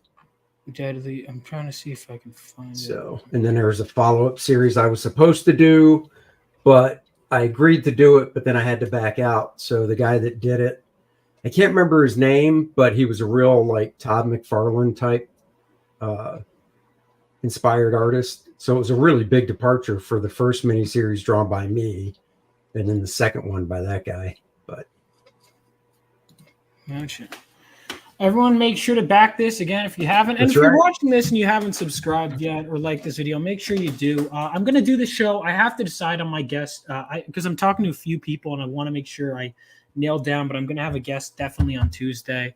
I'm going to have a show on Sunday, but definitely keep it open. And once I hit 700 subs, I'm going to have to do my 700 subscribers special. You would have hell the things they did with me on my 600 subscribers special. I had Rini. And then a couple of my friends, Hyper Wizard, I don't know if you know him. Yeah. Jake, Oh, yeah. all those guys, and they betrayed me on my stream. They did it. What they did was they were like, "Hey, this is a funny idea. I start my 600 subscriber special, all excited. I have like 601 subscribers, and as soon as I start my special, people start unsubscribing." Just Oh my God, are you kidding me?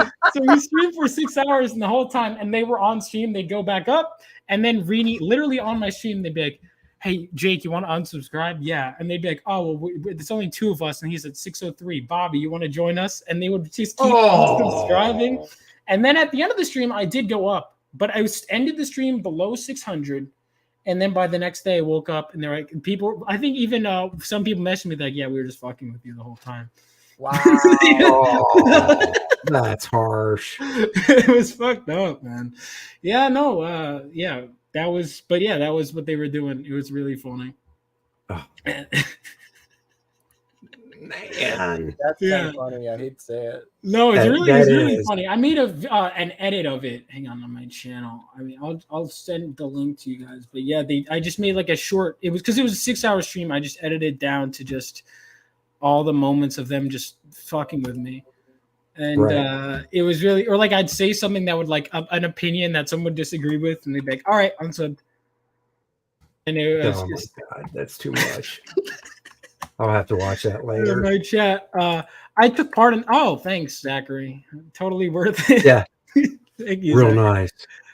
nice. Never lets me on my show anymore. I can you guys can come on. I've been busy, man. But I'll get you and Buzz on. No, I haven't. Yeah, Buzz used to. I don't know if you know Buzz, but I used to have him on. I've been so busy. I don't know. Oh, yeah. Yeah, I'll get you guys on at some point. Don't worry about it, Blevins. Also, if there's anything you want to talk about, I have the first few episodes of Comic Strip Club. So, oh no, don't. Why did I say this? Now you're gonna do it for my 700 as well. Oh shit, Dude, you got to be well above before you do it. You got to be like 750. Yeah, And that's what I think. Do 700. I once reported Shane to YouTube for being gay. I don't think that they would care. But that is like, all right. Anyway, yeah. So I definitely get this. Did you change up your trailer, by the way? Well, I did the first two, or no, I did one. Jimmy Reyes did one. And then it was in the beginning of the year, roughly, since I had a lot more art. I wanted to have a guy his name's Nick, and he does the trailers for like Graham. And we actually got the contact from Graham. So he's done Aaron's trailers. He's done mine before. So I had him do the current trailer that is the very first one that you see. So, because he knows how to do all the animation type stuff. I just know how to do basic, transitions and whatnot, fades and stuff like that. So, Oh, nice. So, yeah. Wait, who did that again? I can send you his contact. I'd have to look at my email. Oh, I only remember his first name, but I can send you his contact. Sounds good. So, Rob Hunter's Death Raider. Yeah, Rob Hunter's good people. Check that out. Buzz. $47. Let's do it. He's sick right now. I think that would make him feel better. I gotta keep. The thing is, I keep putting off interviewing certain people because I haven't read enough of their work, and I'm like, fuck it. I'll just interview them anyway. Well, I mean, Rob, as far as I know, this is the first thing Rob's written that's out there. No, that's what I'm saying. Like people like Buzz, for example. I think I'm just gonna have him on soon. But yeah. Definitely check out Core Draft, guys. This has been a great. I hope I didn't ramble for too long. No, 6 days left. 6 days. 6 days. 6 days. Yeah, I mean, 6 days to get that $5,200. And we're how far? Let's do it because we want Bud Root stuff in there. If you're waiting till the last minute, when are you guys closing out? Monday night on the Kings. We're going to start a stream before that. Yeah. And then when the King starts, I'll jump over there and, we'll go to 3 if we have to. Well, guys, you at Don't least close got out one time. backer that was like No. $30 or something. So Dude, that's awesome. I really appreciate it. I mean, anything is, it's great that you guys support us doing this. So, Yep. Yeah, no, we always. couldn't do it without you guys. So, Yep. Yeah, we You appreciate guys it. are great. You guys have, we were always asking for people's suggestions about what to do, things, and you guys love it. There is no such thing as a bad idea, and you guys had a lot of them. So, you guys are just as much a part of this as we are. it's funny. Dennis says there's no such thing as a bad idea. There were many Oh, there are. conversations during the writing of this book. I looked at Dennis and said, Dennis, that's a bad idea. Mhm. Yep. And then I took Andy out of the book, so it's fine. Oh, you son of a bitch. That's why I'm not in the book anymore. Actually, there is a little There there is a panel with Dennis and I in the book. Oh yeah, is that? So- Can we see that, or is that? Or no? Yeah, I guess I could show that one panel. Hold on. Let me find it here. It's just because I have the upper hand in the panel. Going to back it again on Monday. Yeah, I When's the last figured that's minute? what you were Make talking it. about. It's because I have the upper hand. I gotta remember what page it was. Exactly. When you do, can you credit me for finally convincing you? Say, if it wasn't for the interview with Vaughn Coleman, I wouldn't have backed this second time. He really convinced me. Everyone should go on his show and subscribe to his channel. Zachary, you're an eBay sniper, it feels like. All right, Andy and Dennis reviewed Saw. Oh, that's true. Yeah, there's. Saw 10. Hell yeah, we did. Oh, are you guys going to SawCon? No, what the hell is that and where is it at? SawCon D's nuts. Oh, damn it! Oh, you got you! Oh my god! Oh, shit! Oh, this is live. You can record this down. There we go. I That's got gonna you. go I viral. got Crystal McGee on my previous stream earlier. I've gotten Billy Tucci. I've gotten PTP. I've gotten Reenie with that joke. I'm gonna make a SawCon guest list, and it's gonna just be everyone who I've gotten with the joke so far. Yeah. Whatever. All right, here we go. Let me share the screen. Man. And there it is. We're arm wrestling. Mm-hmm. Big man's having a hard time taking me down. Yeah. So, Well, we're drafting Adriana. Adriana's thinking to herself, there wasn't room for her thought balloon, but she's thinking to herself, I'd bed that bald guy. I'm like, yeah, you would. That's the thing. The artist can just do this shit. I always wonder. I'm like, well, what if I ever piss off an artist and they just start sneaking in little messages to fuck? And then, like in any nice tribe, you've got the little kids put to work. Get to work. It's like China. So there are some really cool special appearances in this. We'll just say, add Dennis's discarded sleeves to the campaign. I should add sleeves on this. And I still have my sleeves from AJ here. I always keep them right here in case I ever have to put them on. So AJ, if you see this, I still have them. Dennis, you know what you should do? You should take the sleeves from that core draft shirt and we should make a tier. You can buy Dennis's sleeves for $10. There you go. The original core draft sleeves. Well, you got to wait till all of them are done. Gotcha. Yeah, That's right. That's right.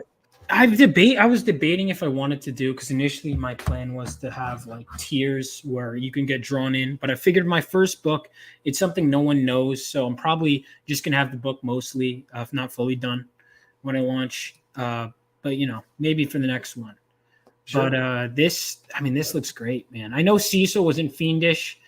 Surprisingly, she made him look. I saw that. That cracked me up. Surprisingly, it felt very natural in the story. I was wondering how it would flow, and it just kind of he's just kind of in the background. Yeah, he just I read it, and then I sent Reedy a message, and I go, I just read Fiendish 2. It was great. Was that Cecil? And Yeah. she's like, yes, it was. Yeah, it didn't. It did flow pretty naturally, honestly, because it was just kind of like, yeah. I mean, he didn't look out of place. He looks, he looked actually, if anything, more in place than he does in real life. Yeah. Was he, if I remember right, he was shirtless, wasn't he? But he had his mask on, of course. I think. Look at Brian Yeah. trying to bring down the show. On a crazy note, what are you guys thinking about Mary Lou Retton being on life support? And I think it's horrible. I don't think Vaughn even knows who that is. I'm gonna look it up, pretend like I know. Oh, Breakfast of Champions, our Wheaties girl. That is very sad. That's it is because she's pneumonia, what is she? and she's not Damn. doing so well. Oh, you heard about it already, Dennis? It's pneumonia. That's what it is. I think it's pneumonia. You guys in the chat are probably quicker than me, but I think it was pneumonia. But I mean, what is she? She's obviously she's older than us, but not that much older, right? Like 60s. Well, I mean, she's definitely older than me, so. Oh. And she's older than Vaughn. Well, yeah. I mean, a lot of people are older than me, believe it or not. She could be Vaughn's grandmother. Come on. Oh, yep, It's pneumonia. rare pneumonia. She's not Rare that pneumonia. old. How old is she? 55. Holy shit, she's Dennis's age. Wow, and so she's a lot younger than you. So yeah, okay.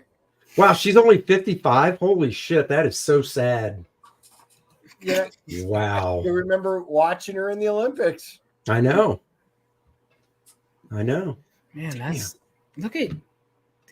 This has been so. You've been working on this for almost the full year, or it's done, right? Is it? Oh yeah, no, I've been done with the book. I've been done on my part for about 3 weeks, 3.5 weeks. How does it It's all- feel? It's all post-production stuff now. It feels great. I just, I was telling Dennis, I said, if it wasn't for, the Bud Root story and wanting to really get it in there and stuff, we would have closed it and went to print already.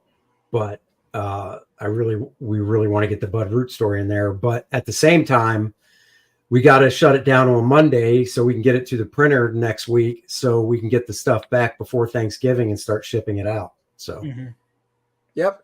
We hope it'll be a great Christmas present. that's right. Someone says, "Wait, so Nicholas Gear? Oh, I met him at a. He Oh, he's actually good came guy. up to visit me or he came up to see me at a Texas show I was at with Renee and Michael, and he just said hi to me. We talked briefly. Which, by the way, if you're going to New York Comic Con, stop by Michael Golden's booth if you want to see me. I'll be there working. Oh, nice. So I work with Michael quite a bit. He's he's Mike awesome. and Renee. When is the drunk stream? Every Sunday night we do a drunk stream on my channel. Unless you were asking Andy and Dennis, do you guys? I don't know. I think we have the buy us a beer tier. Yeah. He might be referring to that. That'll be once we start shipping, not when we're done, but once we start. Get you Because through it. And we go to a brewery, so we go to Yeah. a brewery, and we're gonna figure out which one this year, and we're gonna try and get the one in the back room and set up the live stream and start drinking all the beers with you guys, get drunk, and have to Uber home late that night. I think I know where we're going. Dennis said we're going to try and get the champagne room. So I know of a couple clubs like that in town. Ooh, going clubbing. Yep, they know Andy by name, so Oh yeah. They do. They're like, here's short Dick McGee. Come on in. I'm the one guy they don't mind feeling up because they can never find anything to feel. They're like, he's harmless. Why would you? Tickle the inside of his I was tickle here. the inside of his leg. He'll be fine. Man, it's rough. I got no problem. Hey, you know what? You married, you know. Don't be ashamed of your micro penis. Just say it out No, loud. I don't have a problem. I don't have that proud of problem. it. Oh, you don't have a problem with yours either? I don't have a micro penis. Oh, I don't know. Well, okay. Nah, Well, Dennis and I do, and we're proud of it. I'm good. Dennis looks like a micro penis because if you see Dennis in real life, he's such a big guy that everything looks micro. See, Dennis, I just complimented you. I hope you're happy. Sure, that is an Andy Smith compliment. So Backhanded compliment. Yep, that is the what you get. Always the same. Yep, exactly. Exactly. All right. Happens. Well, Vaughn, I hate to do it, buddy, but I got to hit the sack, man. It's about us close out too. Perfect. Yeah. Thank you guys for staying on. I hope it didn't go on for too long or whatever. No, dude, this was fun. If it was honestly, if it was earlier, we could keep going, but I need to get up early. Yeah, so. professionals. I'm working on fixing my schedule. So no, dude, it was good. I totally enjoyed it, and I'd come back. I'd love to have you guys again. When you do the comic book review thing, give us enough advance notice, I think the idea of doing a book club like that where everybody, because I assume it's like everybody reads it, comes on and talks about it and stuff.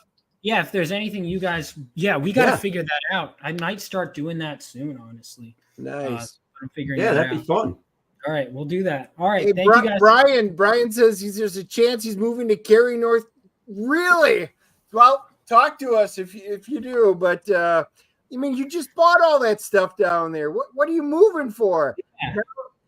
I don't know. Maybe tomorrow. Brian, moving is so. Brian. Listen to me, Brian. Moving is very expensive. Bud Root's art isn't, and Bud Root's art will go up in value. That move won't. So go get that Bud Root art. Look at the sales. You're saving money buying all 4 pages compared to buying one at a time. Bud will sign them for you. Hell, he might even put some lipstick on and kiss it for you. Ooh. I mean, Dennis might. For that kind of money, he probably would. You hear that, boys? Yep. I hear that. Again, all the more reason. Definitely back this book. Thank you guys so much for watching. Tune in next Tuesday. I will be announcing who my guest is going to be. I'm figuring out some of the details. If you're in New York City, within the next couple of days, definitely check me out. Oh, one more thing I did want to shout out while I have people here. Renee, because I mentioned her. I want you guys to know. I'm just grabbing this. I'll grab it from my Twitter. I think I tweeted it out. There is going to be a meetup with Rogue, co-creator of the X-Men. Michael Golden. Speaking of him, he is going to be here as well as Renee. There's the Francis Tavern there's going to be an event on Friday. So if you have any interest, definitely check it out. The reception is here. You'll see a lot of comic art from Graham Nolan and a whole bunch of people, anything relating to George Washington. If you're a fan of Rogue, Lenore Zann, who voiced her in the 90s show, is going to be there. Michael Golden's going to be there. Art Soydam. So definitely check it out. I'll be there, the guest of honor, the real guest. Dennis is looking at driving up there now. He's like, wait, I can meet the voice actress of Rogue? Yeah. So definitely see. Do like Rogue. Yeah. My second favorite. She's I know, second I'm your favorite. first. Crystal finally here. Vaughn, shout out your first published work. I did at the beginning, but I can shout it out. Shout it out again. And your sign-up page. Yeah, all right. I was trying to be, all right, thank you guys. Now that you're saying, hey, it's okay to show, I'm going to. Of course. Dude, that art you showed in the back room, that group shot, that was freaking awesome. Loved it. Yeah. Dude, that thing is freaking awesome. Seriously. Yeah, thank you, man. I will tell because I told him that, because Kenneth Roquefort gave a thumbs up to his art. And I'm like, hey, I don't know if you know this guy, Kenneth Roquefort. He likes it. He goes, it was my artist. Like, he's one of my favorites. Oh my God, that made my week. I'm like, so now I tell him every time an artist compliments his work, he's like, holy shit. No, that's good stuff. So if you like that, I'll show off that page eventually. I'm waiting. It's going to be on the campaign, but sure. Living Legends is at 20 years after World War III. The art he is talking about is a group shot of the heroes that fought in World War III. And they are I'm eventually going to do a prequel series that's set in World War III where you'll see, it's like, imagine if like the JSA fought, like there's heroes and villains on both sides. And it's like superheroes in a World War setting. And so that was really fun coming up with what powers would be useful with armies and shit. So that's going to be a prequel series. But for now, if you want to check this out, Living Legends, set 20 years after that war, you will get these pages and this wonderful artwork by this guy, Philip Cruz. He's fantastic. Great guy, great artist. You'll get a trading card by Jules. And this will be colored, 64 pages. We've talked about X-Men, and that was my primary inspiration for this series. I'd love to keep writing. Eventually, if I could keep it going and make it economically viable, I'd love to write into the hundreds and however long I want. But so if that sounds interesting to you, definitely check this out and sign up for Living Legends. I plan on launching in February. Is where I'm my ideal date. And then also my first ever published work, if you guys love this, I'd love to turn this into a full-length comic and series, is Land of the Lawless. It's going to be, do you guys know Phil Russert, Andy? Name rings a bell. Probably have interacted with him online. Well, I forgot. It's Kickstarter does this weird thing. Sorry. I feel bad if I've interacted more than that, but as Dennis can attest to, my memory's crap. when he comes over to the house, he has to remind me who he is every time. I'm like, hey, big fella, why are you wearing one of my shirts? He's like, I'm Dennis, you dumbass. I'm like, oh shit, that's right. Yeah, I'm the other guy on your shirt. And then right here, when someone in the chat is comic producer. That's right. Yeah, I sorry, I've been so wrapped up in my own work. Yeah, Dennis, I think he produced some stuff for Billy. I'm not exactly sure how you go about producing a comic, but I'm interested to hear more. Lanville Lawless is going to be my short 10-page story. If you buy this whole trade paperback, it does come with that. So definitely make sure to grab that in this tragedy trade paperback. There's a Sienkiewicz cover, which is crazy to know. My first work is a Sienkiewicz cover, a Bacalo cover, and a David Mack cover right here. Wow. So definitely check that out. And there will be a few people selected at random to get a remarked Sean Chen piece. So check that out when you back that on Kickstarter.